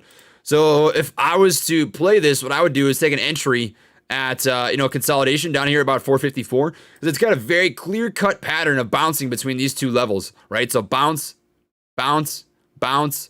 I would assume the same thing's going to happen again if it continues that trend. Bounce off of 454 and then a retest of 646. 15 EMA trade underneath the 200 EMA, slowly bleeding, volume's pretty flat. I just wouldn't touch it until it bottoms out. We're not quite there yet.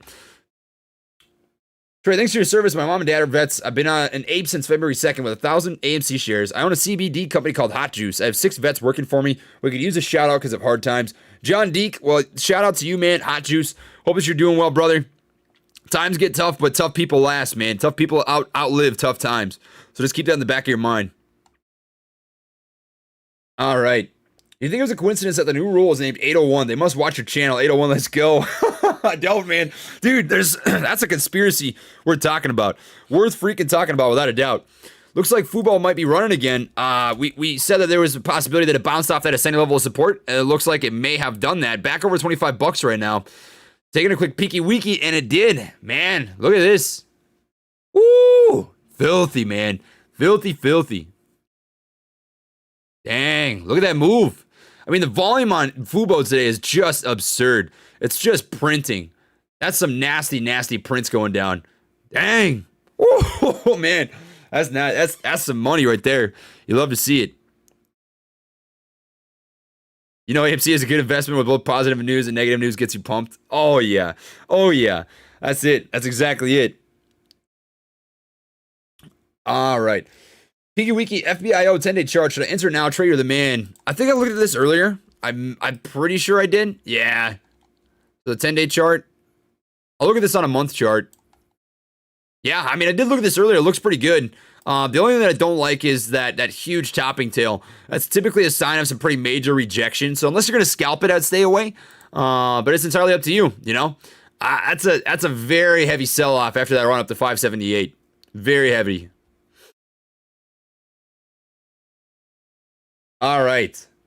Trey, thanks for all you do on here. The interviews, you and your great team, sending you positive vibes and much love. Please look up for my DM on Twitter last night. AMC 2,500K shares and 50 plus calls from June. Let's do this. Thank you to Chas. I appreciate that, brother. I try to get to as many DMs as I can. It's incredibly, incredibly difficult. There's a lot of people, but I promise you I haven't forgotten, my friend. I will check that out. Thank you, thank you. All right. What was that about to... I was thinking about something. I was going to look at the AMC call options. So there is some pretty unusual call options trading that's taking place right now with AMC for the 16th. So let's check this out. If we were to look at the 16th right now, scroll down here. Look at all these freaking call options that you got rolling in. At $10, 46,000, $11, 42,000, 12, 25,000, 18,000, 11, 35 at 15. Jeez, 21,000 at 20. Man, I mean, those are some filthy, filthy, filthy call options. I mean, this alone, 46,000 at $10 is a lot. So that's pretty freaking nasty, and that could be something to pay attention to. I mean, I wait it out and see how she ends up playing, but if we run up, I mean, we start running into these and they get hedged for. I mean, we go over $10, $11, $12. You can see a pretty nice little move. I mean, just from the gamma squeeze piece. So it's got some potential. That's got some real potential for sure. All right, Hex chart is one big George W. Uniswap. Vision to see the candle chart. You'll love it. Get paid to hodl. 40% APY right now on average. Ape strong. Hex. Must be a crypto. I don't think it's available here on Webull. Let's see what we got.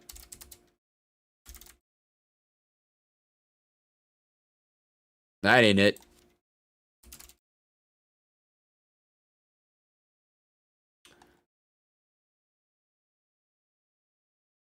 I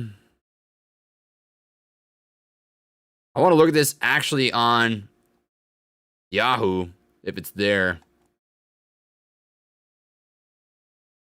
We'll see if this gives... Nope, that ain't it.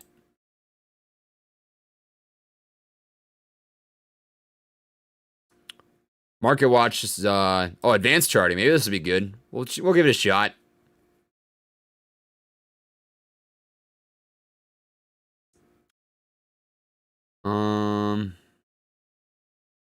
No, I don't like that.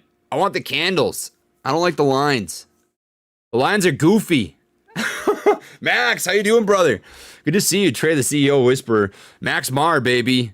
Dude, I gotta show you something. While I got your attention, check this out. I made something for us. You're gonna think this is awesome. You're gonna think this is the coolest thing ever. Check this out. We got the Trey Max mug, baby. It's so cool. Side effects may include stocks going up. Proven 24-hour squeeze relief. Neanderthal betterment. Boost conviction in a stock. Should be taken with plenty of gorilla juice. And the net weight is 8.01 milliliters. I figured you would dig this. Please tell me. Please tell me you see this, man. I need to see your reaction. I need to see your reaction because this is freaking dope. That's the coolest thing. One a day. Maximum strength. The maximum mug. One shot of 8.01 milliliters will take you to the moon. That's the coolest thing ever. Oh, I dig it. That's so good. Ah, you saw it. That's good. Money, money, money. Rock on, dude. So Matthew, sorry I didn't get you an answer with the hex chart. Sorry, I'm just not seeing it, but I'll take your word for it. We'll pass on the word. Matthew says that he likes hex. Personally, I haven't read much into it. Get paid to hodl those. So the APY on a lot of freaking cryptos right now is nasty. It's freaking nasty. So I'd take that opportunity. Max Mar has been rocking Hydra. I think that crypto has been treating him really dang well. I took a small dabble at it. I think I'm in with like $1,000 and up a little bit, but yeah, he got in super early. So dang, Max Mar. No, he didn't already leave. You watching? You silly chicken? You silly chicken? Come on, drop some chickens in the chat for all the silly chickens out there. Hey, we got some silly chickens and some freaking apes. Both are welcome. Because I'm a silly chicken too. I'll tell you that right now. All right, thank you, Catherine. I appreciate that. What do you think of Muds? Mudrock Capital, top sports cards going public. Muds. Mudrick Capital. Looks like they're pretty recent. Yeah, February 1st. Interesting. They're pretty flat. Low of 969. Bad downward trend right now. Has not quite found a bottom. But it may soon. You've got a two lows, high close candlestick pattern here, which is typically a sign of price rejection for a bullish reversal. So this could end up being a bottom. And I like that you've got these two bottoming tails. So this is what you would call a bear trap, right? So on the flip side, you could have a bull trap, in which case you have a candle wick. Here would be an example, right? Ooh, that was a nasty little push. What is this looking like on the 1 minute? Dang, that was filthy. What a crazy little move that just had. But anyways, an example of a bull trap would be something like this, right? So you've got a candle wick followed by a second candle wick that breaks over this, but it's only the wick that breaks. So you'd have the body of the candle below this level of resistance, but the wick breaks above. Well, right here, you've got the example of the exact opposite, a bear trap. So you've kind of got a double confirmation here of a possible reversal, where this might be a good entry for a long-term swing or a short-term swing position, right? So you've got this two lows, high close candlestick pattern. We're about 5 minutes away from this hourly candle closing. And if it ends up coming to fruition and you get that candlestick pattern, that'd be a really solid entry for a bullish reversal setup. And I don't mind that. I mean, that looks pretty solid. So good bear trap. You got that good two lows, high close, double confirmation right there. 15 MA is trading over the 200 MA. It's not a bad setup. I don't mind it. It's back over the VWAP from the looks of it. I mean, if we look at this right now, yeah, I mean, that looks solid. I don't mind it. Not bad. I need to know what you think about SJ. Says try. I know what you meant. You meant Trey, but that's all good. We're chilling, baby.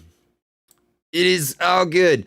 So SY So Young. I don't know anything about the company, but the chart looks bad. I'm gonna be honest with you. It don't look good. It don't look good, Sonny. Bob. Back when I worked at Buffalo Wild Wings, I'm a storyteller. I worked with this guy named Cole, and we had this thing. We'd always go back and forth with each other. I was a server at the time. I ended up bartending eventually. And we'd always go past each other when we were like coming back from our tables. And I'd go to him and I'd say, Bob. And he'd go, hey, what's up, Bob? And we just did that all day. It's a dumb thing to do, but that's the Minnesotan way. It's the Minnesotan way. What can I say? But anywho, it's in a downward trend right now. You got to get a break over this descending level of resistance. 15 MA trading underneath the 200 MA. Volume is dying off. I mean, this is a pretty... If you were shorting it, that'd be a good short, but I wouldn't go long on it. At least not right now.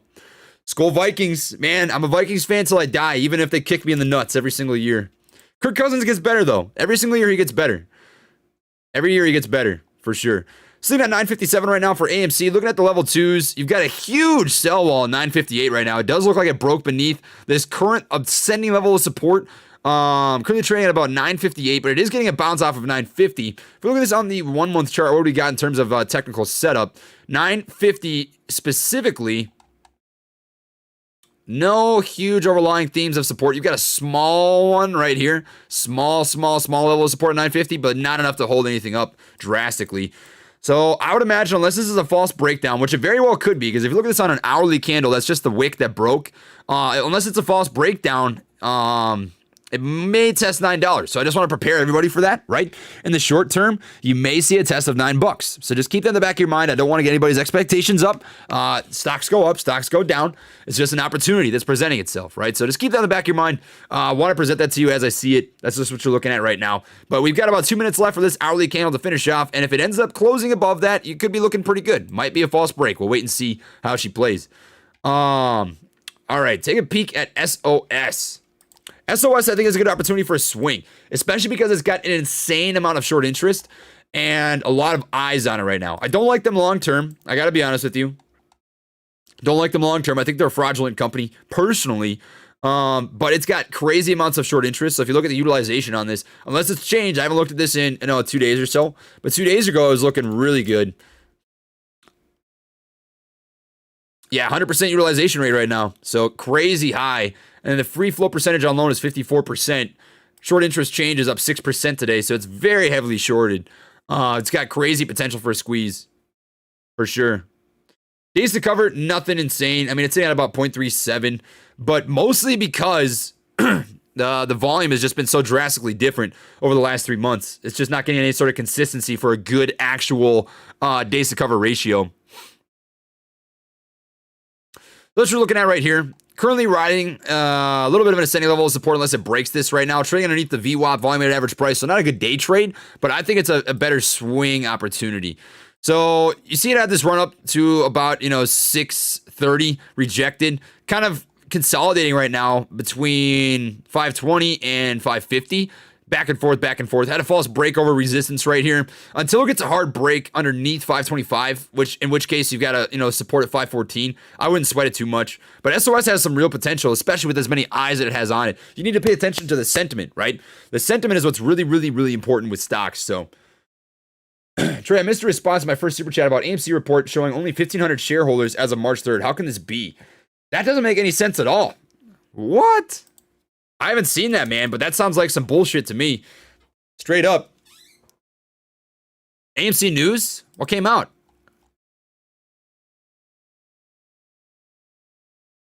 Come on. What is this? You bunch of freaking no, get out of here.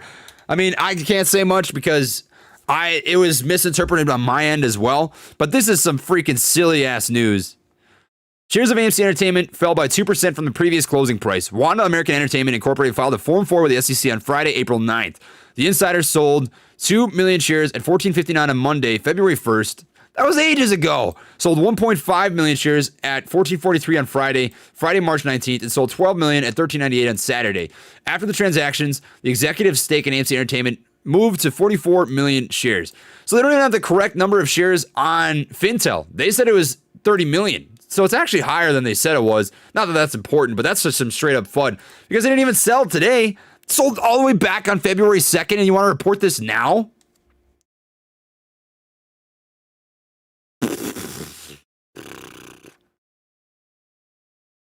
That was literally almost 3 weeks ago. That was almost 3 weeks ago, you bunch of silly chickens. Gah! I can't get over this. They're so quick. They're so freaking quick to talk about the piss news, the bad stuff. And this is what gets me excited because the more they cover this stuff, the more I just rub my hands like this and go, man, they're trying everything. How much did you see about the freaking, look at this. AMC Theaters got a lifeline from Godzilla vs. Kong. You want to call it a lifeline? Get out of here. Get out of here. That's not a lifeline. That's not a lifeline. They had freaking solid sales. I mean, they had some decent sales. That's just straight up shit. What a shit article. That's just not it. That ain't it. That ain't it, Jack. That ain't it, Jack. God dang silly chickens. Dude, come on. The FUD continues. The FUD continues on. Whatever. Protect your peepers. Silly chicken. Drop some silly chickens in the chat, man. All those silly chickens out there. Dang. Wow. It's actually good news that they have to use old news to try and scare buyers. They're running out of stuff to use. Yeah, I mean, straight up. Straight up. Old news. What they should talk about is Mortal Kombat. Mortal Kombat movie coming out here relatively soon. That should be a huge freaking catalyst. I mean, I think the sales for that are going to be nuts. Personally, I played Mortal Kombat all the time as a kid, along with Tekken. And I love those games. So to see them as a movie is freaking sick. I played Monster Hunter a crap ton too. And that came out as a movie. I don't think they'd ever released in theaters. I think that was more of like a YouTube and a Netflix release or something, but dang. What a bunch of fun, man. That just tells you. I mean, you can see their bias here. That's what's crazy. Their bias is outrageous. AMC Theaters got a lifeline. I mean, just the wording they use. You can see what they're trying to do. Courts. I mean, Weeble's not responsible for this. It's not Weeble that's messing up. It's the freaking news articles that they're pulling from. All the news sources are just giving out complete FUD. AMC Entertainment falls as Loop reiterates $1 price target. Bunch of goddamn silly chickens. Don't fall for FUD. Don't fall for it. I mean, you guys are smart apes. I know everybody out here is super intelligent and knows what's happening, but don't fall for the FUD. If you've done your DD, you've done your research, you know what you're holding, you know all the freaking facts, you don't worry about this stuff. You just feel more convicted when this sort of crap pops up. That's my personal opinion. All right. But in regards to Brandon, considering the 1,500 shareholders, I just don't see how that's possible. Because 1,500 shareholders holding 450 million shares, that doesn't make any sense at all. No way. Not a freaking chance. I mean, there's 6,500 people watching right now, and I would assume that probably 90% of them hold AMC. So that, right off the bat, debunks that. I'm one person. That doesn't even make sense. No way. Not a chance. Fellow Army member here, packing for OCS drill this weekend. Tell me your thoughts on GE, General Electric. Hey, dude, I hope you have fun at OCS drill. That sounds not like a fun time, I gotta be honest. I am not allowed to discuss my work anymore, but what I will tell you is I was in ROTC, and I'm very glad that I had ROTC instead. It was, I wouldn't say easy, but definitely easier than OCS. Definitely easier than OCS, without a doubt. But what you're looking at is not bad in the least bit. It's got great bullish momentum right now. This would have been the ideal entry point right here. 15 MA crossing over the 200 MA. Huge engulfing candlestick pattern, wide range candle bar. I love seeing that. And then a trend continuation. So that would have been beautiful. I would have eaten that up all day, seen that 15 MA. I mean, the only thing that I'm really missing here is that push in volume. So I always look for unusual trading volume to back up why the 15 MA is crossing over the 200 MA. Didn't get that, but you can't always check every single box for a setup. As long as you've got, proper risk management, you're not sitting too bad. So, that's what you're looking at right now. I think it's good, though. I think a good buying point would be about 1342. It may have had a false break over resistance right here. You've got a triple top at about 1350. So maybe a little bit of a bull trap. I would wait to see. If it bounces off of this level of resistance, you could take a stab at it, but I wouldn't buy yet. There's some indecision happening right now. Topping tails, bottoming tails, that's indecision to a T.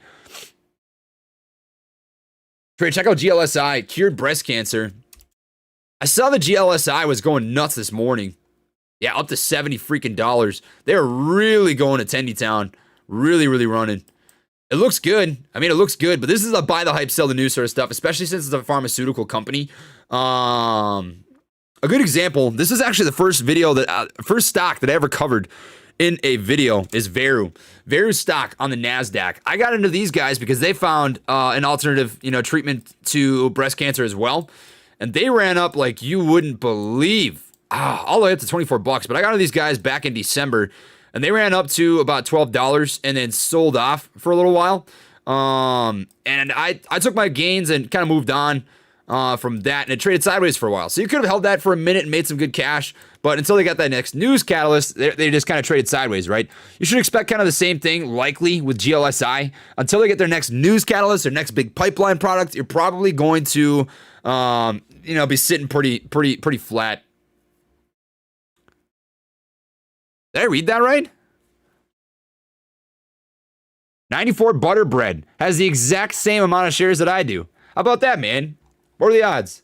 Respect for the time and dedication you're putting in AMC. I'm going to look back to the trades day in my Aston Martin car. Let's go, baby. Ka-chigga, ka-chigga. I will not confirm nor deny that deciphering. I've got nothing to say about it. Stomp. AMC, as she's sitting right now, 956, still kind of hovering. You got a topping tail on this hourly candle as it sits right now.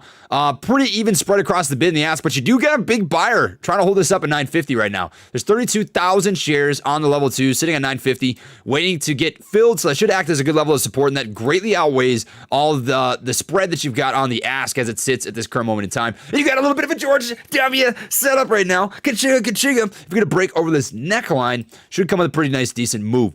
So we're waiting to see if we end up getting that break. If we do, it should come with a push and a retest of the VWAP, the volume weighted average price. If you don't know what the volume weighted average price is, we will fill you in really quick.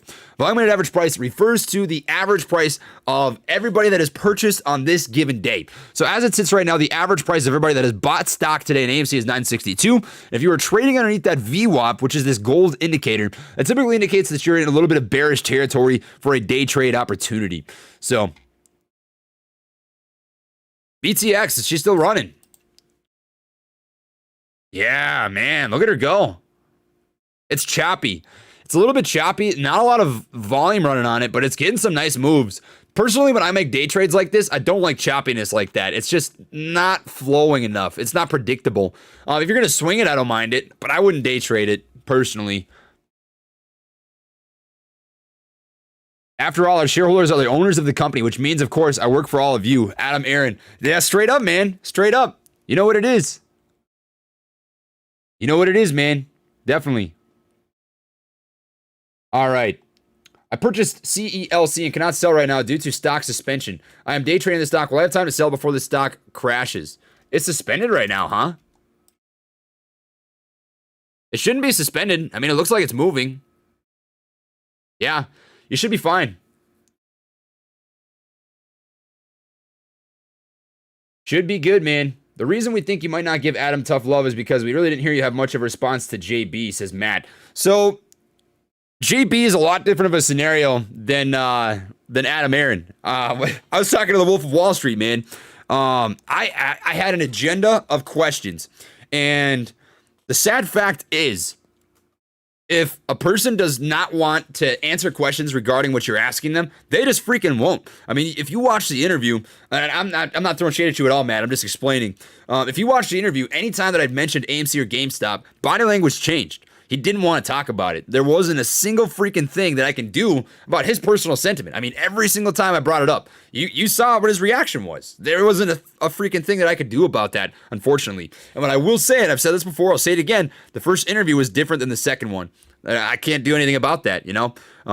It is what it is. But I promise you, with Adam Aaron, it's gonna be a whole different ball game. I'm not talking to the freaking Wolf of Wall Street, who's known to be a salesman, really cunning with his words, knows the in and outs of human psychology. I mean, the dude is just charismatic. He was the alpha in that conversation. I'm not gonna sit here and pretend that I'm the alpha between me and Jordan Belfort. There's just no way. So it is what it is. I could have been more aggressive in the way that I approached that interview. I know you say that in love, and I totally get it. But I feel very confident in my cause here with AMC and talking to Adam Aaron. So appreciate that. All right. Whoa, what happened? We were at like 3,500 likes here earlier. Now it dropped down to 2,700. Am I imagining that? How did that happen? I say that because when we got to 4,500, I was going to take a crack at the Kraken. But it looks like it dropped substantially. Am I just hallucinating? No. How's that possible? Whatever. Well, I stand by it. If we end up getting to 4,500 likes, I will drop down a crack of the Kraken. So drop a like on the video. It really does help support the channel. You know the whole spiel here. I'm not that guy that's going to go hunting for likes, but it does help out immensely, and I would appreciate it.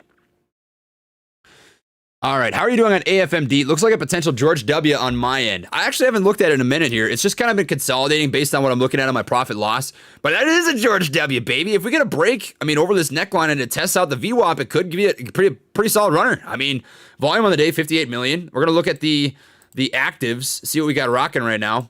On the actives, if you look at this, turnover, range, AFMD. AFMD is on the turnover list. Volume list, it is number 4. So it's just not quite there in range yet. And the range refers to how much price action it's seen. Mine says, oh, now it went back up. 3.4. Whatever.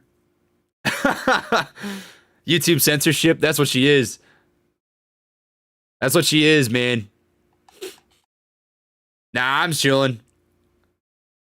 Who cares? Thanks, guys. I really do appreciate that. It's no biggie. It's no biggie to me.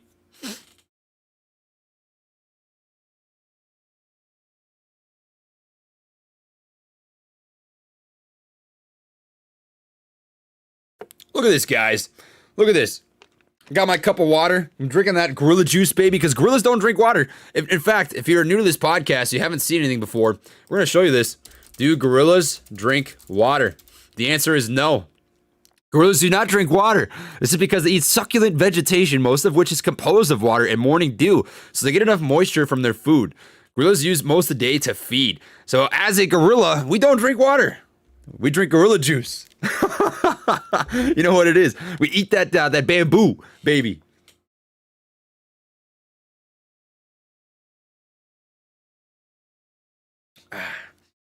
Cowabunga it is. All right.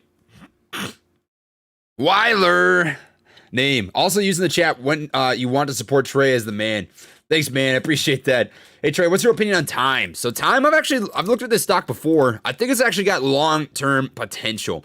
It might take some time to play out. Let me look at this on a monthly chart. Yeah, so it had a hard pump up to 498, and since it's just been slowly bleeding down. Personally, I wouldn't take a position in this until it levels off and gets some momentum back. And you may miss out on potential gains on a day or two, but personally, stocks like this, I think, are better for swing trades, and it's just not there yet, right? It hasn't quite found a bottom. So you've got a double bottom right here, sitting at about $1.67, but it's just hovering right there right now, you know? Until we get a hard, definitive bounce, which we just haven't had yet, I wouldn't take a stab at it. It's just a little risky. It's a little risky for sure. But it's getting pretty close. I mean, decent level of resistance. You got a lateral level of support right here. And if it bounces within the next 3 trading days, it could be a pretty solid buy. You're just waiting for that bounce. 15 EMA to hook back up towards the 200 EMA, this purple trend line right here. Volume is nice and consistent, which typically indicates that you've got a solid investor stock, which is how I feel about this, which is why I like it as a swing trade, right? Day trading stocks, typically flat volume followed by a day of insane volume. I don't like swing trading those because they're too volatile. There's too much risk involved. That's just my 2 cents there. I think it's a good swing trade stock for sure. For shizzle my nizzle. You know what it is? Let me get back to this text. This is my roommate. Currently living at the house that I'm at. Haven't heard back yet. We're trying to get the power turned on in my house and having some issues. Waiting to see what the previous sellers say. All right. There we go.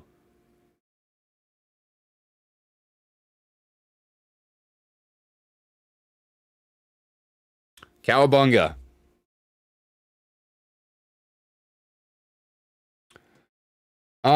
Stephanie is saying people are hating on Trey on Facebook.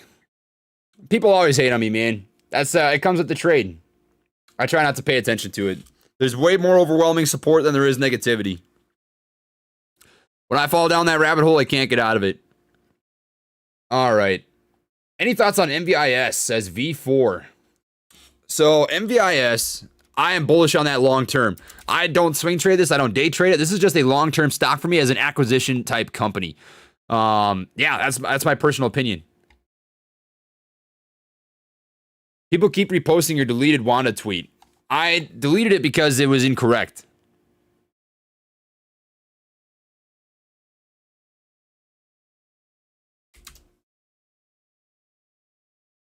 All right.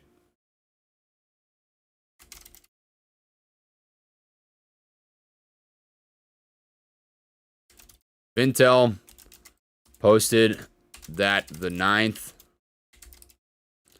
Wanda had 30 million shares filed. I assumed that they purchased 30 million shares, and during the live stream, we addressed that the filing did not state they bought. Simple misconception I'm addressing because people are resharing. Simple misconception.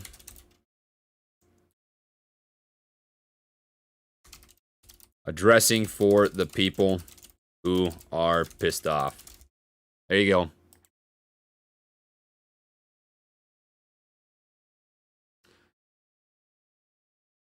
All right, back to it. Please give a shout out to Austin. He's a new AMC Ape and Trey fan. Shout out to Austin, man. Hope you're chilling and cooking with Crisco, baby. Is it a buy? Good to see you here, man. Good to see you. I watched some of your videos, dude, and you've been really crushing it. You really doing some good stuff. I'm happy for you, man. Should be in your P.O. box. I'll check that out, man. Let me check it out. I will check that sucker out.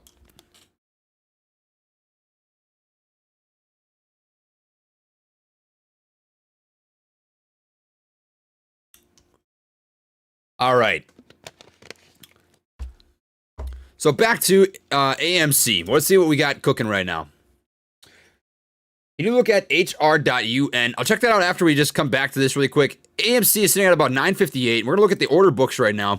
And it looks like that huge sell wall is gone, but you still have that large buy wall sitting about $9.50 right now. Volume still pretty flat. Not a lot rocking. About 8.6 million shares traded on the day here so far. Wait to see how she ends up going. Volume is dead, and I see people asking about it. And as I mentioned earlier, I think the volume is low on this because of the fact that people are a little nervous. We're tiptoeing, right? We're waiting to see what ends up coming to fruition with this 500 million share dilution. I think people are nervous about it, right? That's what we're waiting to see back on. So I waited out. Anybody still smoking on that Bruce pack like me? I dig it. I dig it. All right. Is it a buy? Coming back here to AFMD, looks like I'm up about 1.75%. I'm curious to see if it broke that VWAP, volume weighted average price. It's testing it right now. Testing it right now. All right. Any opinion on AMTX? Let me check it out. AMTX. Amatus. It's got some pretty decent price action here today. A little bit choppy. Let me look at this on a 1 month. Yeah, man, that looks really clean. I mean, that's freaking dirty. That's filthy. Ooh, filthy, filthy. I mean, it's riding a beautiful, beautiful level of support right here. 1, 2, 3, 4, 5, 6, 7, 8 touch points. I think a good buy-in, if it continues on this trend, is $25. Resistance at about $26.70. Yeah. Just waiting to see how she plays. But if you want to take a stab at it, I would say $25.60 or so, $25.70. That'd be a pretty solid entry point for sure. All right. Let me come back up here and continue on where we were.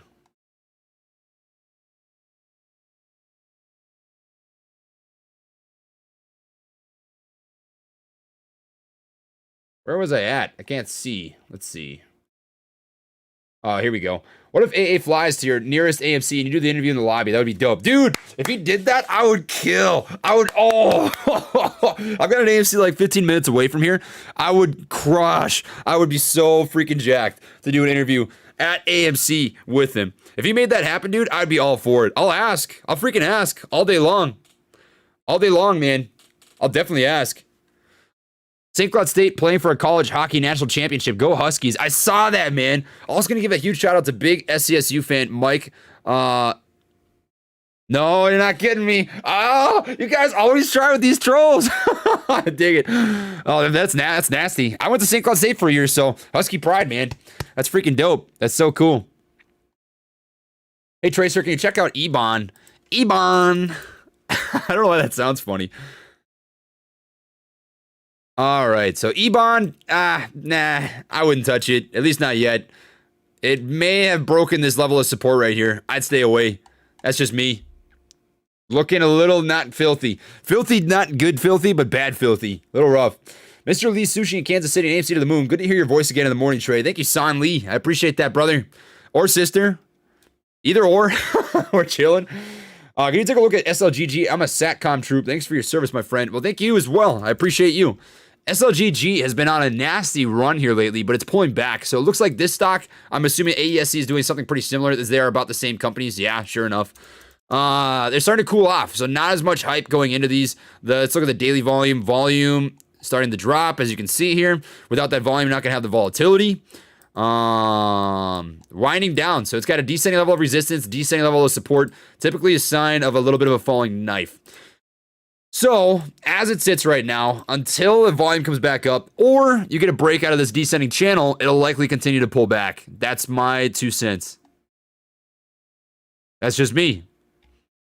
Mike is highly disappointed and offended. Oh, man. You almost got me. You almost got me. You almost got me, man. You almost did it. You almost did it. But not quite. Would you fly out to him?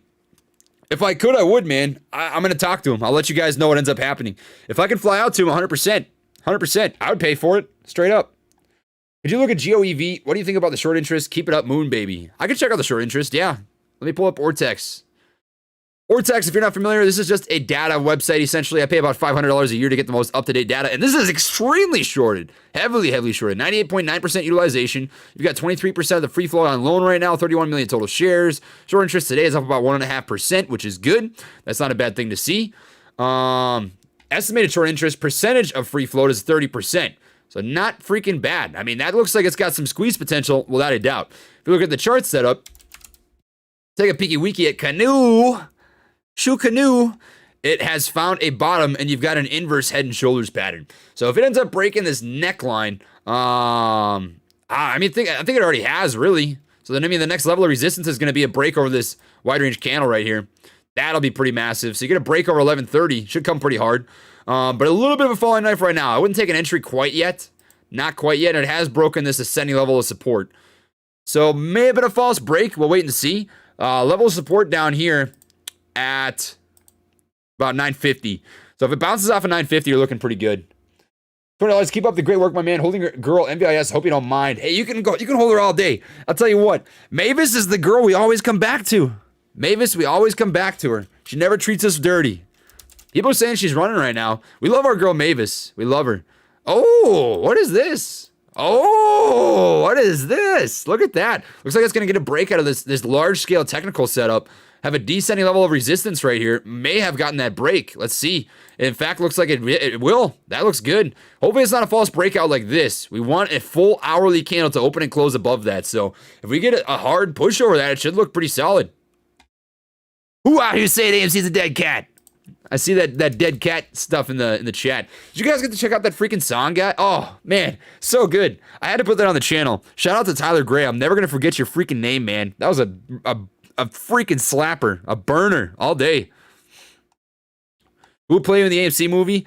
I don't think they're ever going to put me in a movie, but I think me and John Stamos look a lot alike. I mean, come on. John Stamos, there's so many similarities here. So many similarities. I mean, look at this guy. You tell me I don't look like John Stamos? Nah, I'm playing. I'm just playing. That'd be freaking sick, though. If I had to pick, it'd probably be John Stamos. Warner Group did not buy in. They sold more. Yeah. So we're gonna stop that.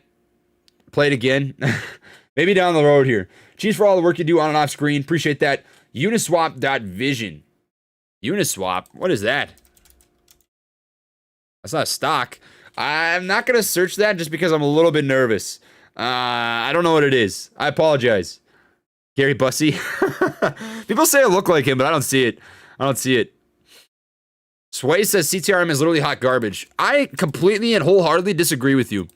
Entirely disagree with you. This is actually a good company, and I think this is the most undervalued that it could potentially be right now. They're doing good things. I mean, they continuously acquire new vessels. This is actually a company that's decently growing, which is good. So let me just pull this up really quick. For whatever reason, every time I update my Webull, it gets rid of all the stuff that I usually use. So let me see if I can find the financial sector in here. General, stocks, trade, quote. I want their finance piece. I know it's in here somewhere. Stocks. Oh, here it is. All right. So now I can add this. Add widget, financial statements. So this company literally has grown year over year over year and quarter over quarter over quarter. They're doing good. You can't tell me this company's garbage because they're just not. They're undervalued. I'll tell you that right now. I'll tell you that. They've been selling off like you wouldn't believe. I think you could not ask for a better price than it's trading at right now. I mean, this is ridiculously oversold. And if you can't see that looking at this chart, I mean, look at the RSI. RSI has been under 30. It was under 30 for 1, 2, 3, 4 straight days. That's disgusting. Glasses, thank you. I appreciate that. I don't think they're garbage. No, not at all. I think they sold off really, really hard, but I think long term they're going to keep doing what they do. And I think they're a good swing trade opportunity, especially at this price. At 45 cents? Come on. Come on. Not garbage. Get out of here. Not a chance. It'll take time. I totally agree with you, but this is a legitimate company that's doing things. I mean, you can't base it off of just the stock price alone. Yes, the market currently thinks this is what it's worth, but I'll tell you that's not going to last. I will 100% guarantee you that ain't going to last. Definitely. Biggs got into IPO and holding 260 shares of AMC. Biggs. Let's check her out. And I mean that in no disrespectful way, by the way. Ooh, dang. That's a pretty nice move. Look at that. Look at that. Okay. I'm digging. I mean, you can't do anything technical analysis setup. There's nothing technical about it. It's just dirty. That's just nasty. That's just dirty. Glad to see your success. Well earned, man. Any opinions on CCL or any cruise stocks options? Norwegian asked to open back up. Personally, I've never traded any cruise stocks. I know that Uncle Bruce thinks that cruise stocks are not going to do well until 2022. Personally, I think there's money to be made here. I think if you look at the technical setup, what you're looking at right now, a little risky to buy it at this point. It's got to break over this level of resistance with this quadruple top at about 29.50. If it gets a break, a full day open close above that, I would say it's a pretty solid opportunity. But if not, I would wait for a fallback, and it'll probably continue to be a rinse and repeat sort of play. Glad your spirits are up, Trey. I missed one. I'm sorry. I'll come to that one next.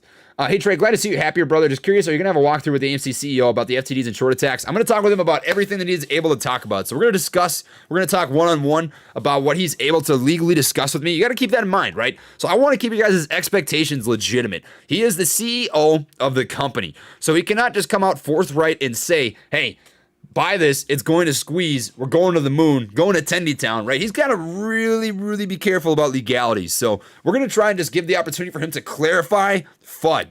That's the biggest piece that I think there's an opportunity to do here, right? Because why I tweeted him and said, hey man, I would love to have you on the YouTube channel so that we can talk about what's going on with your stock, is because he was getting butchered by all the freaking news, the press, the media. They were screwing him. They're just straight up screwing him, And the thing for me is I just want to be able to give him an opportunity to really say what he wants to say without his words getting twisted by people, So I'm going to take all the opportunity. I'm going to really, really formulate some good questions. I'm spending a lot of time on this now.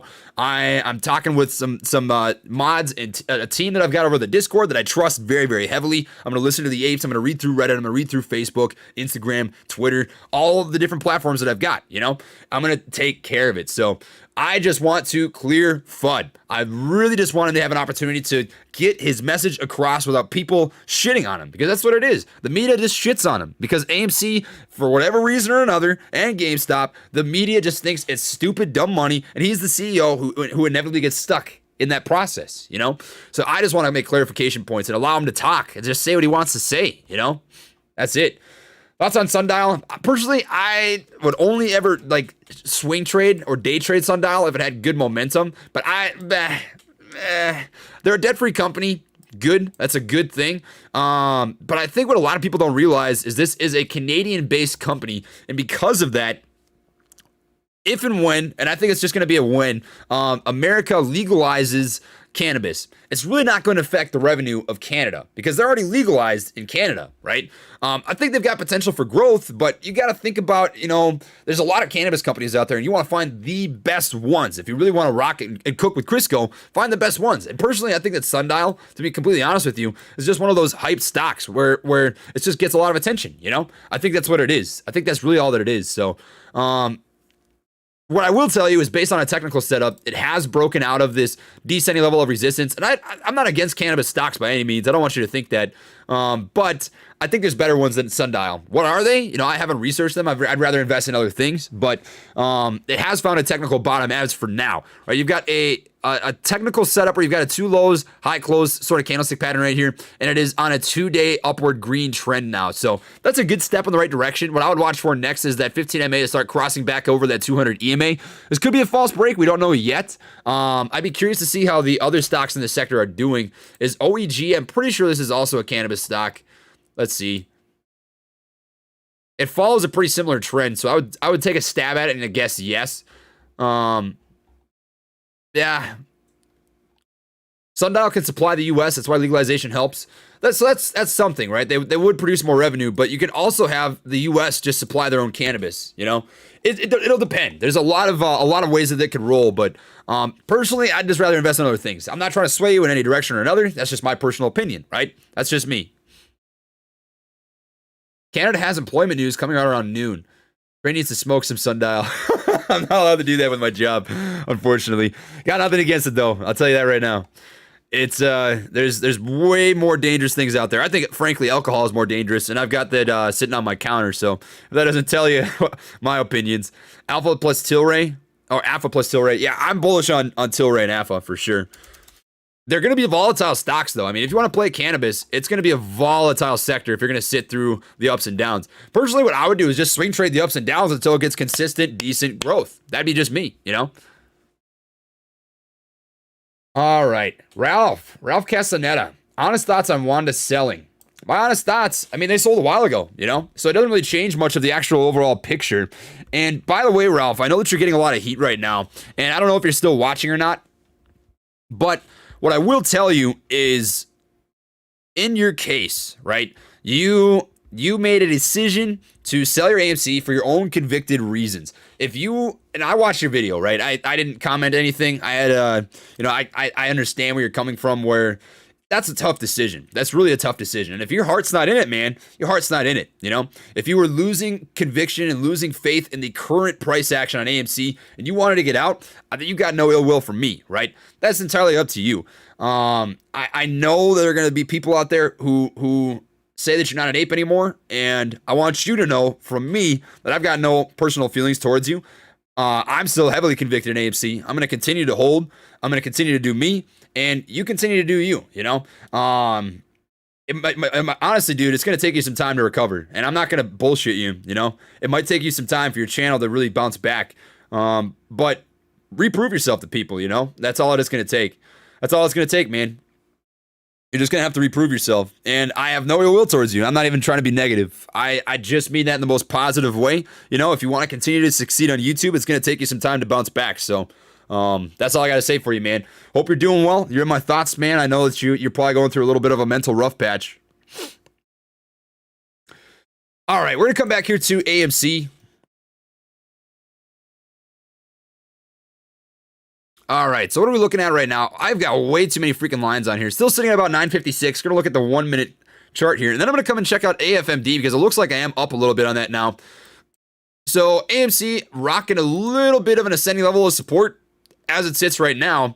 Moving very slow. Barcoding typically happens because of low volume. You likely have some algorithms, as you can see, that are scalping penny by penny increments in order to make small amounts of money on those penny by penny sales, which causes this barcoding sort of pattern. So because of the fact that AMC has no volume, it's just going to continue to do this until we get that volume back. Yeah, I see people saying all this. I see people's opinions, And honestly, I can't blame you guys. If I was in your shoes, your situation, and people sold out on me, I'd be frustrated. I'm gonna be honest, and I don't mean that in a negative way. I've got no ill will towards Ralph. I don't hate the guy. I don't have any sort of negative feelings. But thinking from my perspective, if I were in your shoes, watching me, and all of a sudden one day I said, I'm selling. Even after all the conviction and all the DD that I've done, I'd probably be pissed off. I'd be like, man, I really got freaking kind of screwed. I got kind of screwed, especially because my channel would not exist without AMC. So for me personally, to ever sell out of AMC, I can't do that. I can't. There's no way. I could never, ever, ever, ever, ever do that. If I had to choose between this stock going to $0, losing everything I invested, and selling out, I would go to $0 because literally everything about my YouTube channel, like I was at 15,000 or 20,000 subscribers before AMC. And without it, I wouldn't be where I'm at right now. It's not fair to you guys to do that. I couldn't do that. Fuck no. I couldn't. That'd be tough. And I'm not judging Ralph's decision. Everybody's got different reasons for what they do. But I don't know. I go on these rambles, man, but I just wanted you guys to know I'm not going anywhere. I would ride the sinking ship down to the freaking bottom of the ocean. I'd rather do that. All right. Trey, I need your analysis on Anuv. It's an AI ad generating service with great news recently. I'm thinking long term, but would like to hear your thoughts. Thanks. So I'm bullish on Anuv long term. I love them. I think they've got great Anuv's got some great AI advertisement stuff, and they actually got a deal with Google a while back. That's where they had this crazy run up to 235. Long term stock wise, you're gonna really crush this thing. You can trade swing trades, and make some pretty decent money. Excuse me. But it's going to have some volatile moves. So personally, what I would do is when you double up your cash on this, take profits, reinvest at the bottom, rinse and repeat until it graduates out of penny stock realm. That's my 2 cents. For sure, man.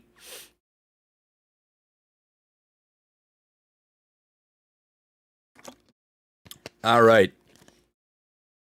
I appreciate that, guys. It's no biggie. Seriously, it's just my thoughts. It's not fair to you guys.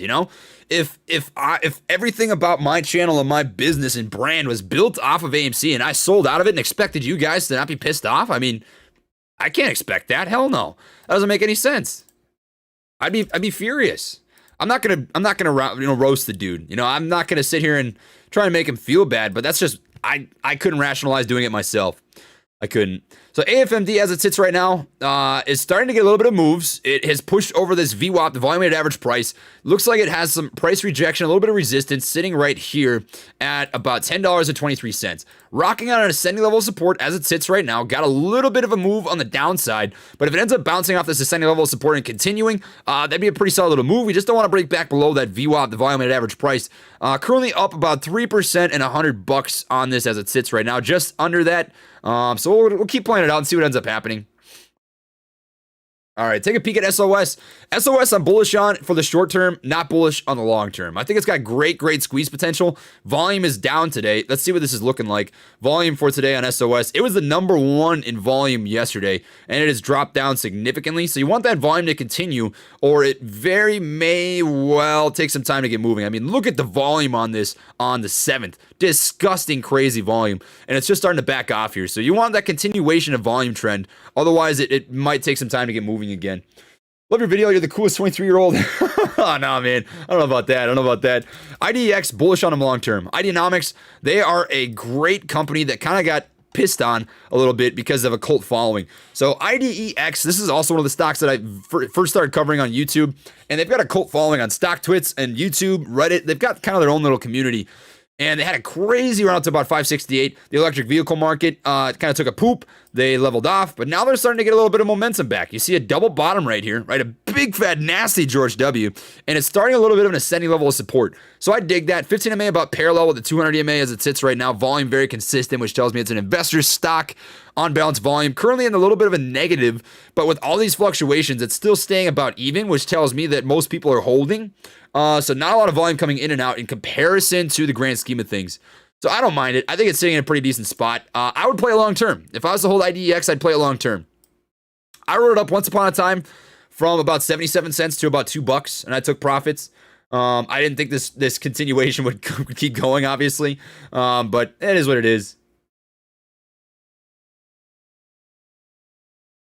Trey, being honest, if AMC started to tank with no hope, I would expect you to get out with all of us and move to the next mission. I just wouldn't get out. I would move on to the next mission, but I wouldn't get out. I rolled with this thing for literally months. I've been playing this since January. I would take my loss and take it like it is, and I would keep playing. But I would just wouldn't touch the liquidity. It's staying. Hey, brother, Phil Minnesota here from Cambridge, Isanti area. Love your channel. Can't wait to go to the moon with you, brother. Any thoughts on Zome? I've got about an hour-long video on Zomedica. I'm bullish on them long-term, and I actually predicted pretty much to a T the price action. I guess they're going to pop down about $1.20 and bounce. They popped down about $1.10, so I was off by 10 cents, but they did get that bounce. Now they're consolidating, trading sideways, and if they break out of this descending level of resistance, should come with a pretty hard move. So you're waiting on that. If it doesn't break this within the next 1 or 2 trading days, it may retest $1.10, but I'm expecting a bounce relatively soon. It's been in a hard correction phase for a long time. Long term, I think they've got good potential. All my vets cheered around my computer for your shout out. Our CBD helps so many vets with PTSD. Google Hot Juice CBD and pick out anything you want and email us. When AMC squeezes, I'm buying all my employees' vets a new car. Dude, that's sick, man. You're the dude. You're the dude. Honestly, pay it forward. Pay it forward. I've got it pulled up right. Let me pull it up really quick one more time. Yeah. I've got it pulled up, man. I'll leave her up. I appreciate you, brother. All right. Let's see. Who the hell put me in a timeout on why? Oh, I don't know, man. So typically the mods are pretty good, and I trust my mods very well. I'm assuming, it may have been a misunderstanding. Typically, it's just if there's my rule is this: if you try and insult me, I don't care. You can insult me all day long. I can take heat. I've got some thick skin, for the most part. If you insult people in my community, that's a no-go, right? I do not stand for that. If you insult my community, I'll have that shut down. So that's my only guideline, right? Just respect others. You can be mean to me. I don't care. I'm the YouTuber. I expect that. But don't be rude to my community. I'm not saying you did that, but just as a warning. We're at 4,000 likes right now. As I said before, we get to 4,500. We're popping down some freaking Kraken for the apes out there, guys. Absolutely incredible and grateful for everybody out here. We've been going for about 2 hours now. Time freaking flies. This has been fun. I freaking love live streaming, and I can't say this enough. How much I miss this when I'm not doing it. It's actually a ton of fun. So thank you to everybody.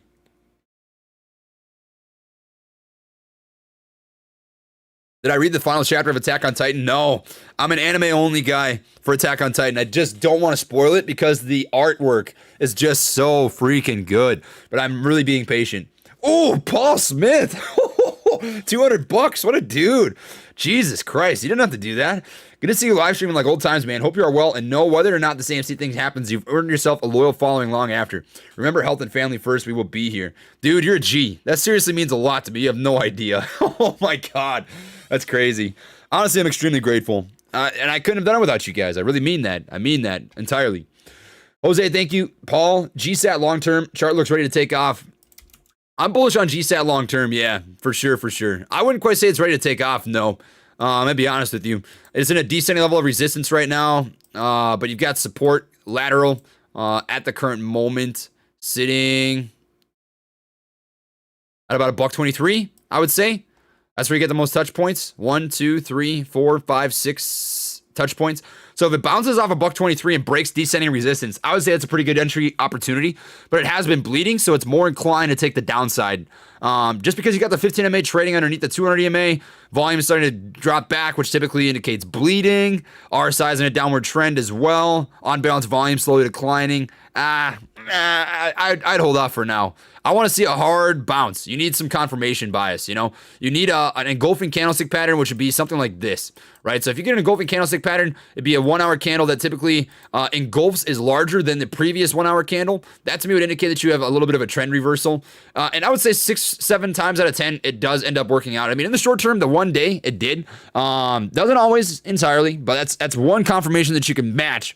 And then a second one would be 15 MA crossing back over the 200 MA, an increase in volume. That'd be a third one. News catalyst, that'd be a fourth one. That's what I would look for. Oh, AFMD. I always forget. Looks like it's pulled back some. Yeah, drop beneath. Shoot.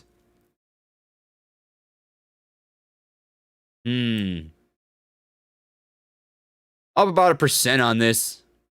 See, I always get so distracted. This happens every single time. This is the downside. Of live streaming.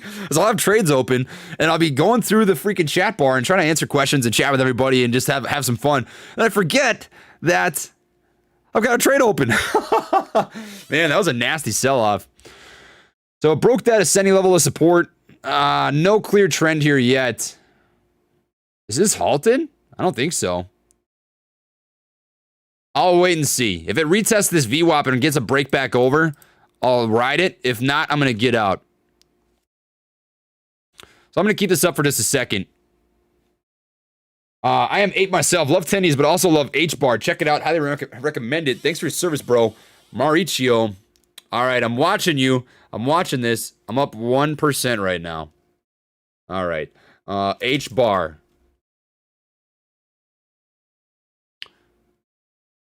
Did I click on the wrong one?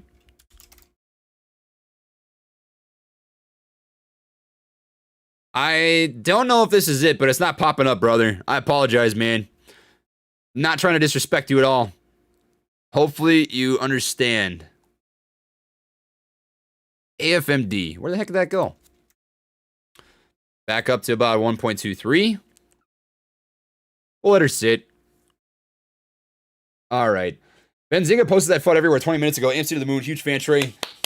Kachiga! Kachiga! I mean, the best thing you can do for yourself is recognize FUD. If you can recognize FUD, it won't scare you. It will never scare you, man. I'm not ever scared by FUD, and I'm taking my position out of this. It's looking bearish.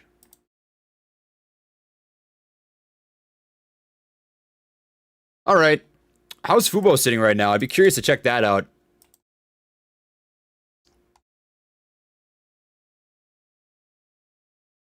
So we're looking for a break over this this setup right here. About 24 and some change. I don't mind taking a stab at this. I'm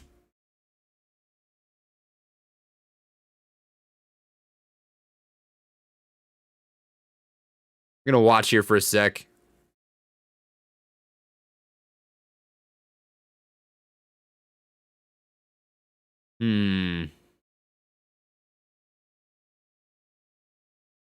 I want to see a hard break over this level of resistance. And if it gets it, I'll take a stab.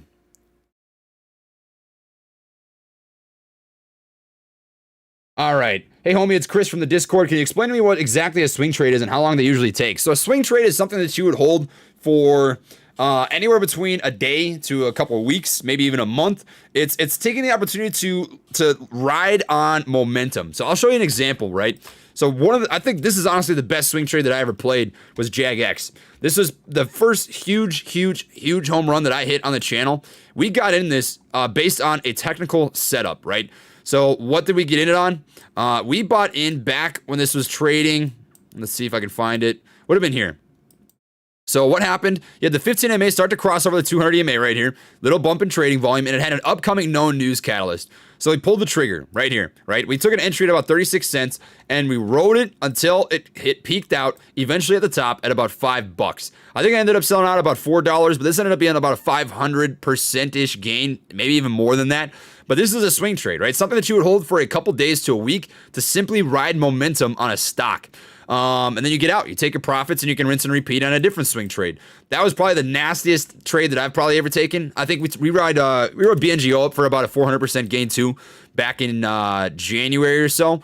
Got in at about $1. Didn't quite get as nice of an entry on this. Got out at, I think, they had a direct offering right here. So I took profits at about $5, so about a 400% gain or so.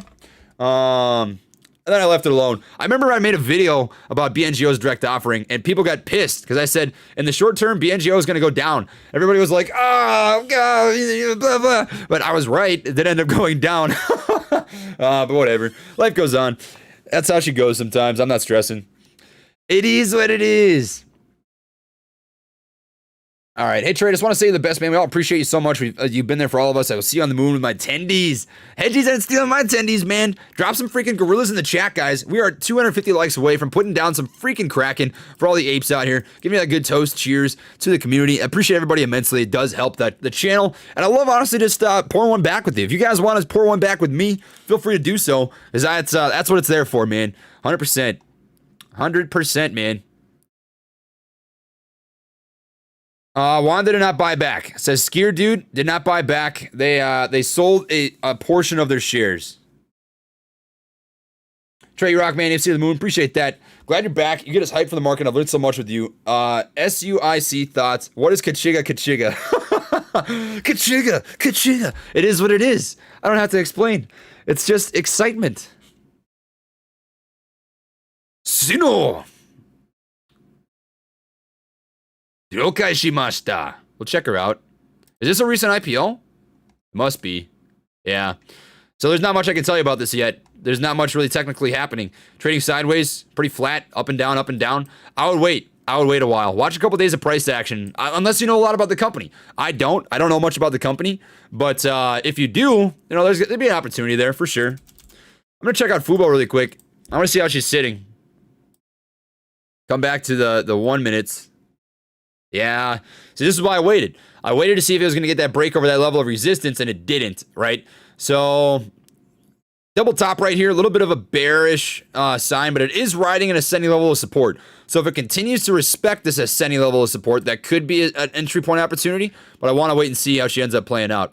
Looking at the range and turnovers on the day, so far you've got BCTX up there as one of the leaders, setting up about 9%. Not enough volume on that for me to take a stab at for a day trade. We got TENX as well for turnover percentage, sitting pretty decent. This has actually got some decent strength. Riding an ascending level of support, decent volume, not super choppy price action, trying to break over that VWAP, but it didn't get a hard push. So that to me indicates that it might be a false breakout. We'll wait and see what ends up happening.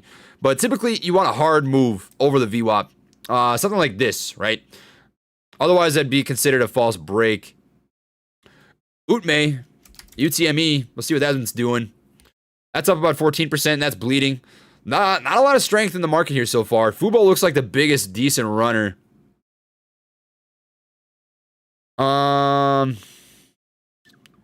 NCSM, we'll see what that's got rocking. That's the number 2 in terms of range today.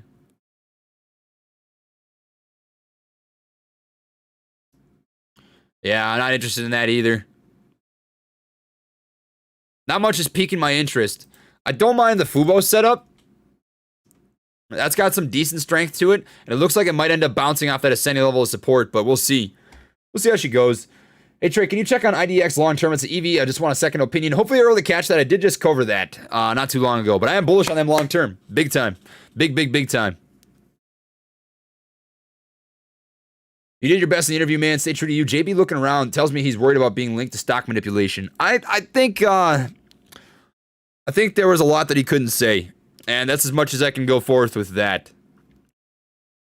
That's as much as I can say about that. All right, so when Wanda sold, is that when utilization went down to 85%? Looks like we already ate that all up now, but we're back to 95. No, not necessarily. It could be. I mean, there's more share availability in the market because of that, but that doesn't necessarily affect how much lenders are able to give out unless they directly sold their shares to lenders. So that could be the reason why, but we don't know. There's no way to know for sure. Can you tell me your thoughts on NNDM? Bullish on them long term. A lot of people asking about that today. I'm bullish on Nano Dimensions. I did cover them earlier in the video. I'm not sure if you're able to catch it or not.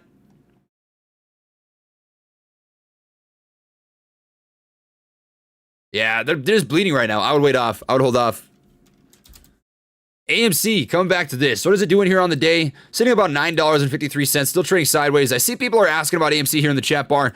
Just not a lot of price action. I mean, it's flatlined. It's trading sideways. If there's any sort of hard moves that happen with AMC, we'll obviously come back to that and cover it.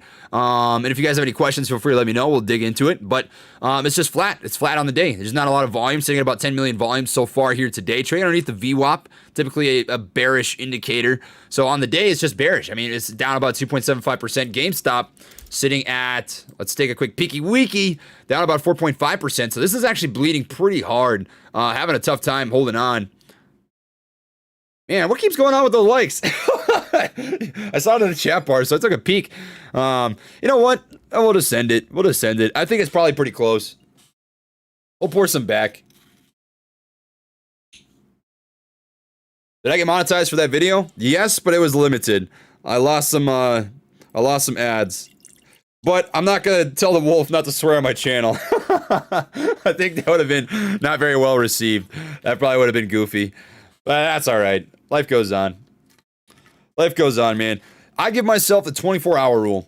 So essentially, I've got 24 hours to feel whatever I'm feeling, whether it's good or bad, to celebrate things and to pout, to think, to reflect. After that 24 hours, you got to move on. You got to grow. You got to learn from your experience. So that's what I try to do, you know?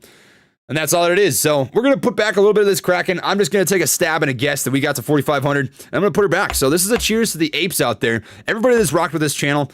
We kind of briefly touched on this before. I do read all the super chats, by the way. I see that in here.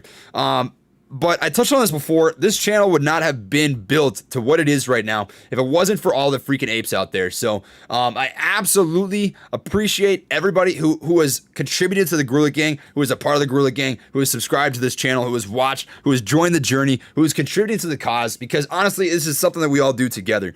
I would not be who I am right now without the help of other people, right? I was very, very grateful to have this community form around itself, you know? So this is for you guys. This is going back. I could not be where I am right now without you. And AMC wouldn't be where it's at right now without us. So big props and bottoms up.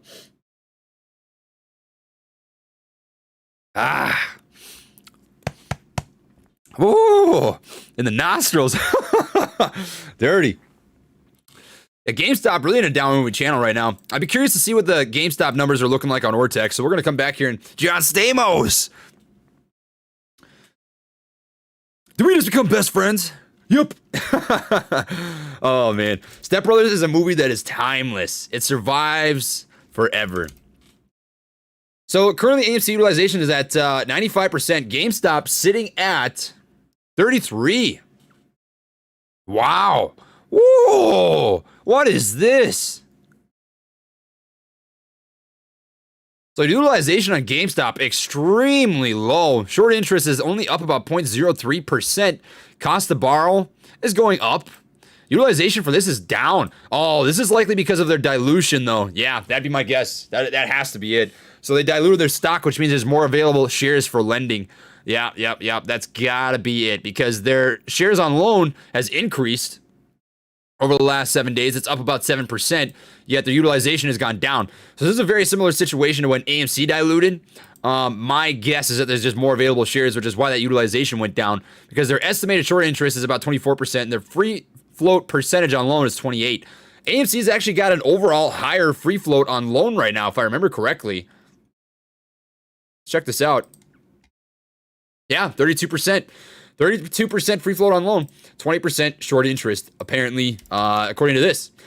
So that's what you're looking at right now, man. I don't think it's a dead cat, but I think it's definitely taking a little bit of a pause. It's going to take some time to recover from that. You guys remember when AMC diluted the first time and it took that major beatdown? That's likely what's happening here with GameStop. It might just take some time to recover, for sure. All right. Trey, you hit the nail on the head. You won't out Alpha Jordan. His career was literally built on hustling people and controlling the room, period. You did what you could, and we appreciate you. Thank you. I appreciate that, man. I mean, he's just the alpha. I'm not even going to pretend like I had a chance at being the alpha in that conversation. I tried to guide the interview, and he had he wanted to talk about certain stuff, and that's as simple as it is, you know? That's as much as I can do. AMC shot up. Is people saying that? Let's take a look. Let's take a peeky weeky. Come on, baby. What is she doing? 959? Oh, look at that little push in volume. Sitting at about 724,000 in that 1 minute little window.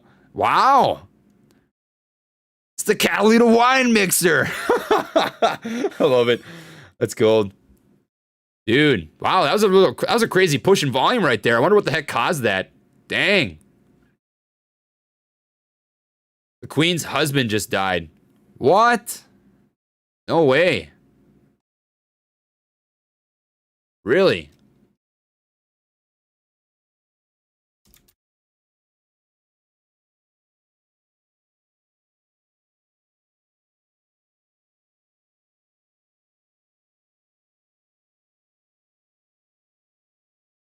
Dang.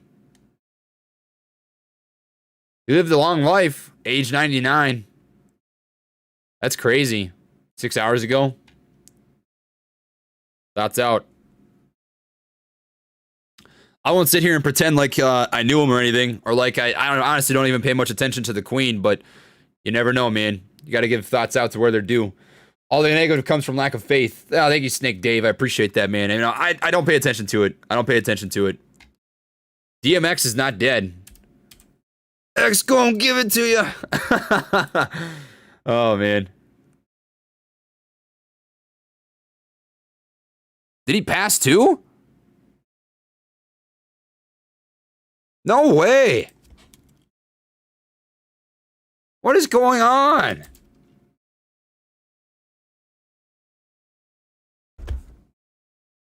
No. You gotta be joking. This hits home, man. Funny story. I'm 23 years old. I graduated college in May 2020.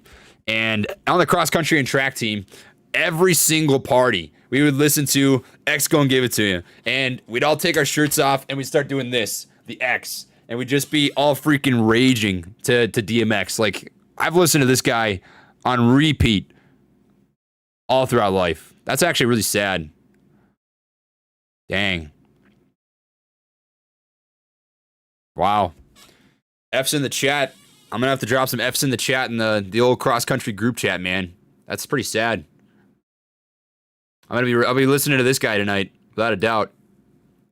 That's tough.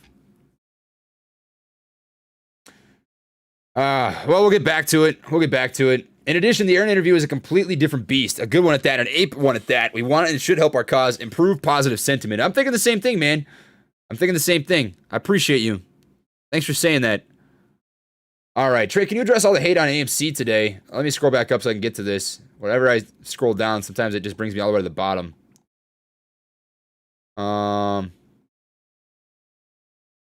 Seen posts on GME and Superstonk trying to scare people into selling and stay away from AMC. I'm not scared, man. I'm still holding, man. Without a doubt. Don't buy into fun. That's all it is. That's all it freaking is. It's fun, straight up. I have complete conviction, and it's never changed. I'm not going to change that until there's a reason for me to believe otherwise.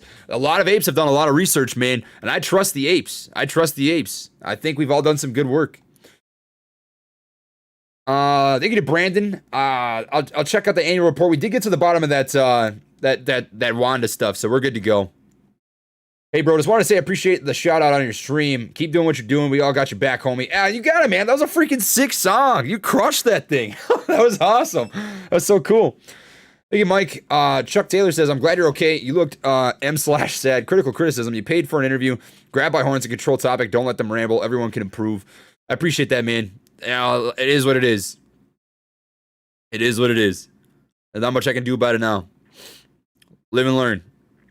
That's the way that I try to live life. I'm going to take a quick leaky wiki. I'll be right back, guys. Full disclaimer, I am putting in an ad really quick, but I will be back in about 30 seconds or so.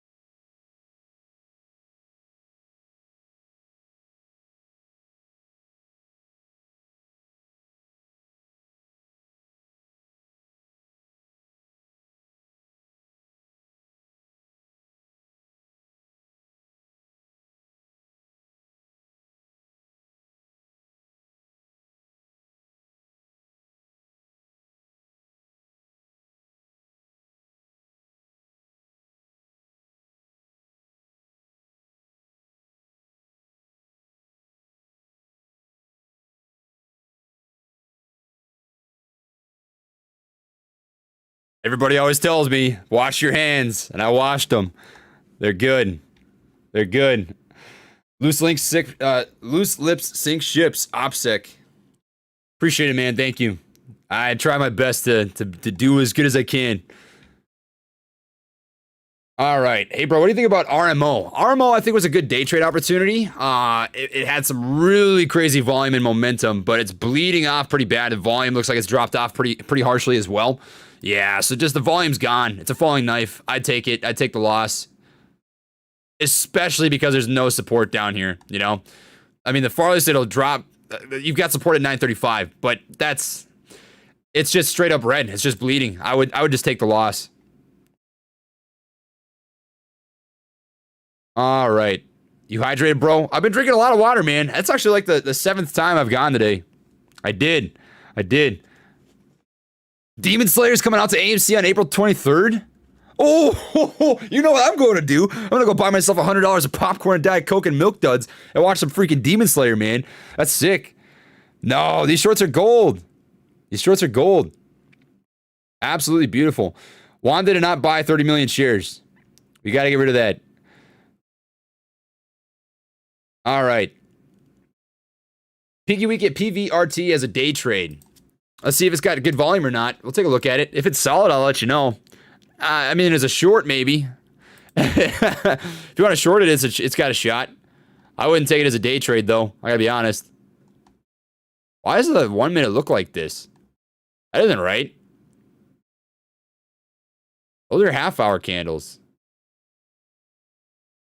I'm confused.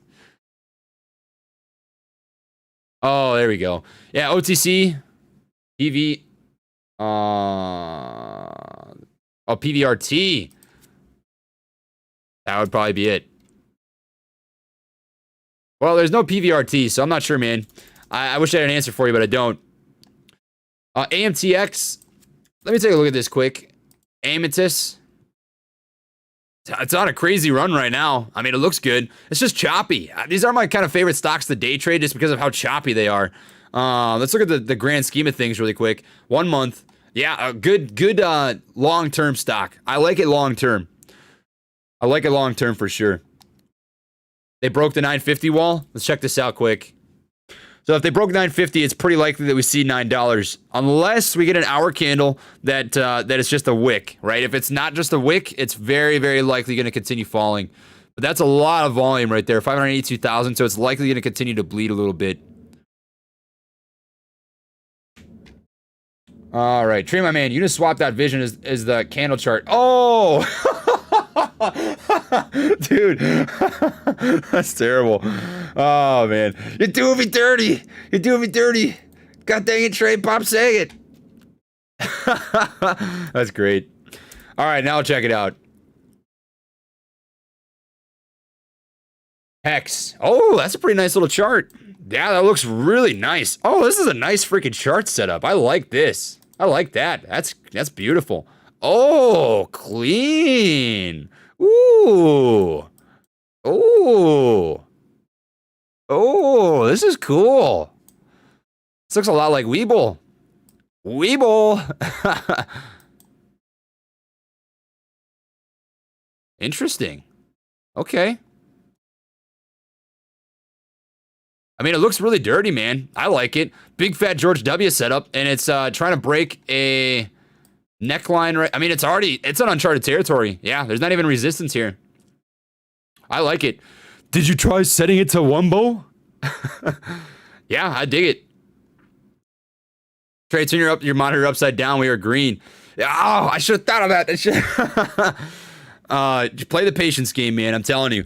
Don't sweat drops in the bucket. That's what this is. I'm not sweating a 3% drop, you know? I'm not sweating a 3% drop. Not in the least bit. Not in the least bit. Cracking for DMX. I mean, this is what we would have done in the old days. I'll tell you that right now. A little bit of cracking for DMX, man. X gonna give it to you. Dude, I'm not even kidding. He was literally... I listened to that guy religiously when I was in college. Religiously. So that actually makes me sad. That's tough. Don't like seeing that. Snapcharts actually do look pretty good. Wow. Somebody dropped that in the chat bar. All right. Hey, man, you're going to gather questions for Adam from the Ape community. Maybe pull it on Twitter so you are well prepared. I will be. I promise. Promise. I'm already working through this. Before we are already starting to piece through it. Promise you. The DMX. In my thoughts, man. Thank you, Code. Code Mansky says 3% drop does not mean tanking. Keep a macroscopic perspective, my friends. I'm telling you. I'm telling you right now. Got to keep a macroscopic perspective. That's on Wiki. Peaky Wiki. You want me to take a Peaky Wiki a Wiki? Whiskey. I think these guys really pumped because of NFT stuff. The NFT craze is cooling off. It's pulled back pretty hard. A little bit of a bubble, perhaps. I wouldn't touch it for now. Wick on top, topping tail. Yeah, I think it's a false break, unfortunately. Yeah. All right. Do you think MOA SS for AMC is still possible? A lot of FUD's still flying.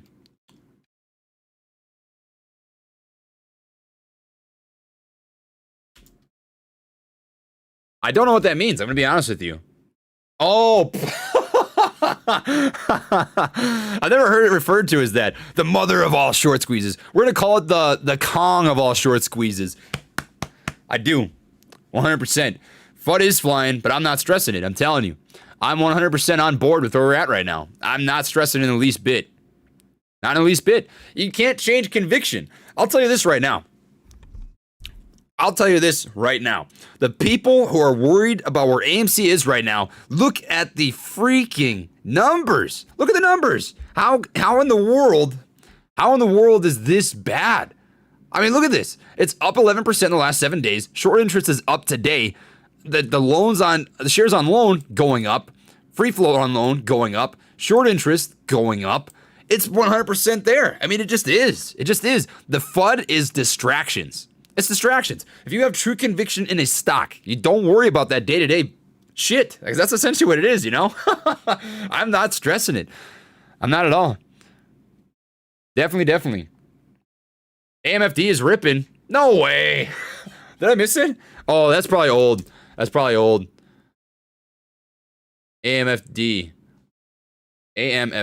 I got, that's probably from a while ago because it takes me a while to get to these. AMFD, let's see where she's at. Where's she at now?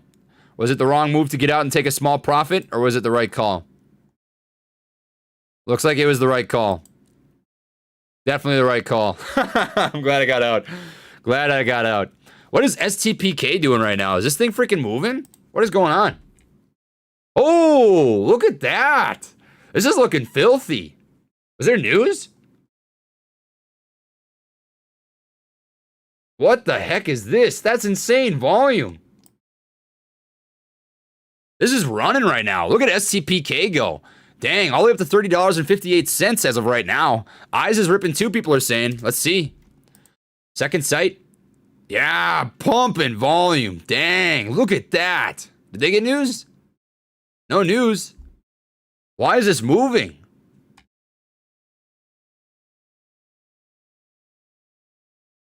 I don't like that topping tail, so I'm not going to take a stab at that. That's risky. Trey, love you, brother. We know which is more shorted? Hopefully you're able to catch that. It is currently GME just barely. Just freaking barely. Just barely. That's all. It's very close. Very close. So this has some risk involved, but if you want to take a stab at scalping this, you can definitely try. I'm just not going to, with that topping tail, I was a little nervous, so I'm going to wait that out. Thank you to Cameron. Thank you to Corey. Lone Wolf says, why did you skip my question about Anuv? I didn't skip it, man. I answered. I said Anuv is a great long-term stock. They've got their AI advertising sort of deal. Currently trading at 98 cents. I think they've got long-term potential, but I think in the short term, it's a better play to swing trade. Yeah, I totally got back to that. Wanda sold twice at $14, destroying our run-ups. You can see when they sold in the price action. They're our biggest adversary right now. Yeah, man. I mean, honestly, let him sell it to us. His ears running too? I'm telling you, eyes and ears literally just run at the same time from complete freaking... Makes no sense. Dude, look at this. They both started running at like the exact same time. Eyes and ears both. That is some goofy stuff. Just freaking goofy. Yeah, look at this. What the heck? That's hilarious. Did I check out Ootme? Alright, I'm gonna check this out, and I'm gonna come back through some more of these super chats. This is reading from the chat bar. Ootme, bleeding. I wouldn't touch it. Not at least for a day trade. Trey, you're numero uno. We got your back. We support you. GG forever. Thank you. 1111, Mr. Simon. Thank you, man. Alright. So, what do you think of the Palantir demo day next week? So, to be honest with you, Max Marr is the guy for Palantir. I don't keep up a huge amount with Palantir, but I think people are definitely hyped about it based on today's price action. I think it looks very solid and bullish. Pretty, a little bit consolidation-ish. Looks like to be a false break over a double top right here. But if it uses this as support, that'd be a good sign. But it's riding an ascending level of support right now, trading over the VWAP. It's in bullish territory. I like it for sure. All right. What do you think of the pound? Oh, I just answered that. Trey, have you seen the article with 40 million call option on VIX by July? Thanks for all you do. We love you. 40 million call options. I haven't seen that. I gotta be honest with you. It doesn't look like you have options on that trade either, though. You know, there's no options, at least according to this.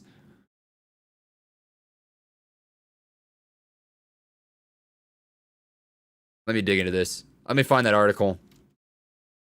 VIX. 40 million call option. We'll dig into it and see what we can find.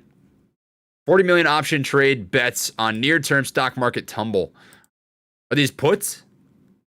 One or more traders laid out a roughly 40 million bet that the CBOE volatility index, often called Wall Street's fear gauge, will break above the 25 level and rise toward 40 by mid-July. Trading data showed Thursday. VIX closed at 1695 on Thursday, its lowest close since February 20th, 2020, just before the coronavirus pandemic spooked investors and roiled global financial markets. Some 200,000 of the VIX July 25 40 call spread traded over the course of 2 hours on Thursday, starting at 10 a.m. The trades made up about a third of the average daily volume in VIX options, according to Trade Alert. The trades involved the purchase of the spread's lower strike calls for an average price of about $337, partly funded through the sale of the higher strike calls at about $1.30 per contract. We need to rise above 25 by mid-July.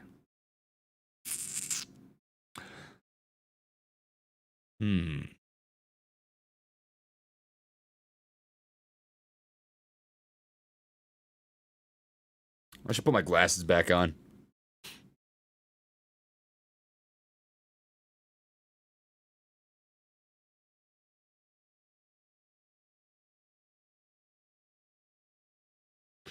So from my understanding, people are a little nervous. People are nervous the market's gonna crash and be volatile, which I don't blame. You know, I don't think it's gonna crash per se, but I think you're living in some really volatile times, especially with the supplemental leveraging ratio being where it is right now. You know, I think with that having expired, and we see new news come up pretty much every single day talking about you know, the potential of margin calls to happen. I think you're looking at a pretty goofy situation for sure. That's I think I would say warranted for sure. Are a lot of stocks freaking running right now or what? What's going on? Eyes. She's still going. Dang. That's some crazy indecision though. That makes me nervous. Dang. All right. Please back up your YouTube account with Rumble. They don't censor and have a different server. I'll do that, man. Thank you. I appreciate it. Corey, thank you. You better sell at 1K or I'm going to find you and we can fight. Don't worry, man. I'm telling you, I'm either selling this when it squeezes to the top or I'm taking a big fat zero. That's it. My absolute floor, and this is only because I made a promise to the community here, is $600. I promise that if this hits $600, I will buy a Tesla for one lucky person out there and for myself. And I am going to stay true to that. So if this hits $600, I'm 100% going to buy somebody out here a Tesla. I got to make that happen. So that's the absolute bottom line. Adam Aaron just wants your viewers to vote yes on share dilution. Don't do the interview. I don't believe in that, man. I really don't. And even if he wants to talk about the 500 million share dilution, it's an opportunity for us to try to understand what the heck he's talking about. I'm not changing my vote unless he gives me a reason to believe that it's worthwhile. And I honestly think it's worth waiting for at this moment in time. I think if he wants that vote to pass, he's got to give us a dang good reason to say yes right now. You know, that's just my personal opinion. Yeah. Yep. All right. So I'm trying to tell myself that I'm going to only do about 3-hour live streams right now so that I can take care of my old eyes. But I will be putting out some more videos here today, and I might come back after I get myself some lunch. So I'm going to try and read through the rest of these super chats and recognize as many people as I can. But I will be back here later today. So I appreciate everybody having tuned in. I'm going to keep reading through these. Thank you to J. Kim. I appreciate that. But if you thought this thing was going to ship was going to sink, I want you to tell me. Agreed. I will tell people 100%. Thank you to Slightly Trading. I'm glad that you got your own YouTube channel rocking. Hope that it works out for you. None of your business says, is it true that there was a second interview with JB that you can't comment on? I can't comment on the first one. You guys got the second one. That's as much as I can say. They get to Visual. They get a Des Make, Michael Baker. I would encourage that you do sell when you believe that the squeeze won't indeed happen. You have a large following. Everyone makes their own financial decisions, but people look up to you. Much love, man. Thank you, man. And I'll decide when the time comes. We'll see. We'll see. I really think I'm just gonna let the ship sink. You know. They get to the Danger. They get to Corey, Jonathan, and I really do apologize if I'm not getting to all of your guys' super chats. I try to get to as many people as I can. That's the most that I can do. All right, Canned H says, insulting. I guess saying 10 AMC at 3:30 is insulting. I've been here since before you got on AMC and I haven't seen half these mods. Real turnoff. I'm not insulting you, man. Not in the least bit. That's not it. I made a point to point out to you that I in no way, shape, or form directed that at you. You know, all that I'm saying is if people insult the community around us, that's what I take personally. You know, I'm not watching the chat bar religiously. I try to watch it as much as I can. I don't control what the mods are doing. You know, what I will say is that when things get out of hand, the people here let me know. I address it. That's the most that I can do, man. I truly mean that. There's no disrespect whatsoever between you and me. You know, I hope that means something to you. Can we get a what's poppin'? My girlfriend just got her Achilles tendon repaired. What's poppin'? Riley, you're in my thoughts. I really hope that you're doing okay. I know how hard that stuff can be, for sure. Red 23, thank you. Thank you to LDN, April, Isaac, Dawson, Sanjeet, AM, Andrew, None Your Business, Monty, Charlie, Marty. Selling AMC is like surrendering when you get blackjack. I'm not selling, man. You already know what it is. All right. I just want to make sure I'm recognizing everybody. And to the chat bar, you guys are freaking awesome too. Ed, Lattice, Dennis, Russ, holy Toledo. You know what it is. Thank you to Marty, Gianluca, David, Abundance Vibes. I'm not sure if I'm saying this right, but Zach, Roll of Fatty, Alio, Brandon, One Focus Photos, Chris, Alio, Brenton, Udvik, Gritter Plays, Melody. Oh, dude, what's up, brother? What's up? Hey, Trey, I don't know if you've seen me in the Discord. I'm usually a pretty quiet guy. I just wanted to say your community and mods are awesome in there. I see you all the time, man. Much love. All right. I got to see the Super Stonk theory still. I'll check that out. Still an SOS? Yes, 100%. And then thank you to Jeffrey. I'm bullish on CTRN 2, but what happens if they get delisted? To OTC, and I have shares in Webull. I actually don't know. I'm going to be honest with you. I've never been in that scenario. But I don't think they're going to get delisted. They've got a lot of time for that to happen. So I would wait and see. And there's going to be a warning when that sort of stuff happens. All right. So that's what I've got here for this live stream. I will let you guys know if I'm going to come back here later. I'll pre-release a setup so that you guys can see that I'm coming back. But I want to be really smart about the way that I treat my eyes and my body over the next, the rest of my YouTube career. Because to be honest with you, the way that my eyes are right now, how up and down they go, the longer that I stare at my screen, the more risk I'm putting myself at for another flare-up. And then when those happen, I'm useless. Like, I can't even be on the computer. So I'd much rather do these shorter live streams so that I can continuously keep showing up and engaging with the community, giving you guys information, technical analysis, just talking about AMC stock, giving you guys the information that I have available to me, so that we can come back down the road. So I hope that you guys enjoyed this. I really enjoy these. It makes me happy to be able to talk with you guys and try and give out information as I can. I will be back here again. At the very least, I'm going to be putting out some more videos here later today. So catch you guys on the next one. Thank you to the Gorilla Gang. Thank you to all the freaking apes out there, the lady apes as well, silverback gorillas, the orangutans, all y'all. Appreciate you immensely. Catch you all on the next one, my friends, my family, fellow Gorilla Gang. Take it easy and peace.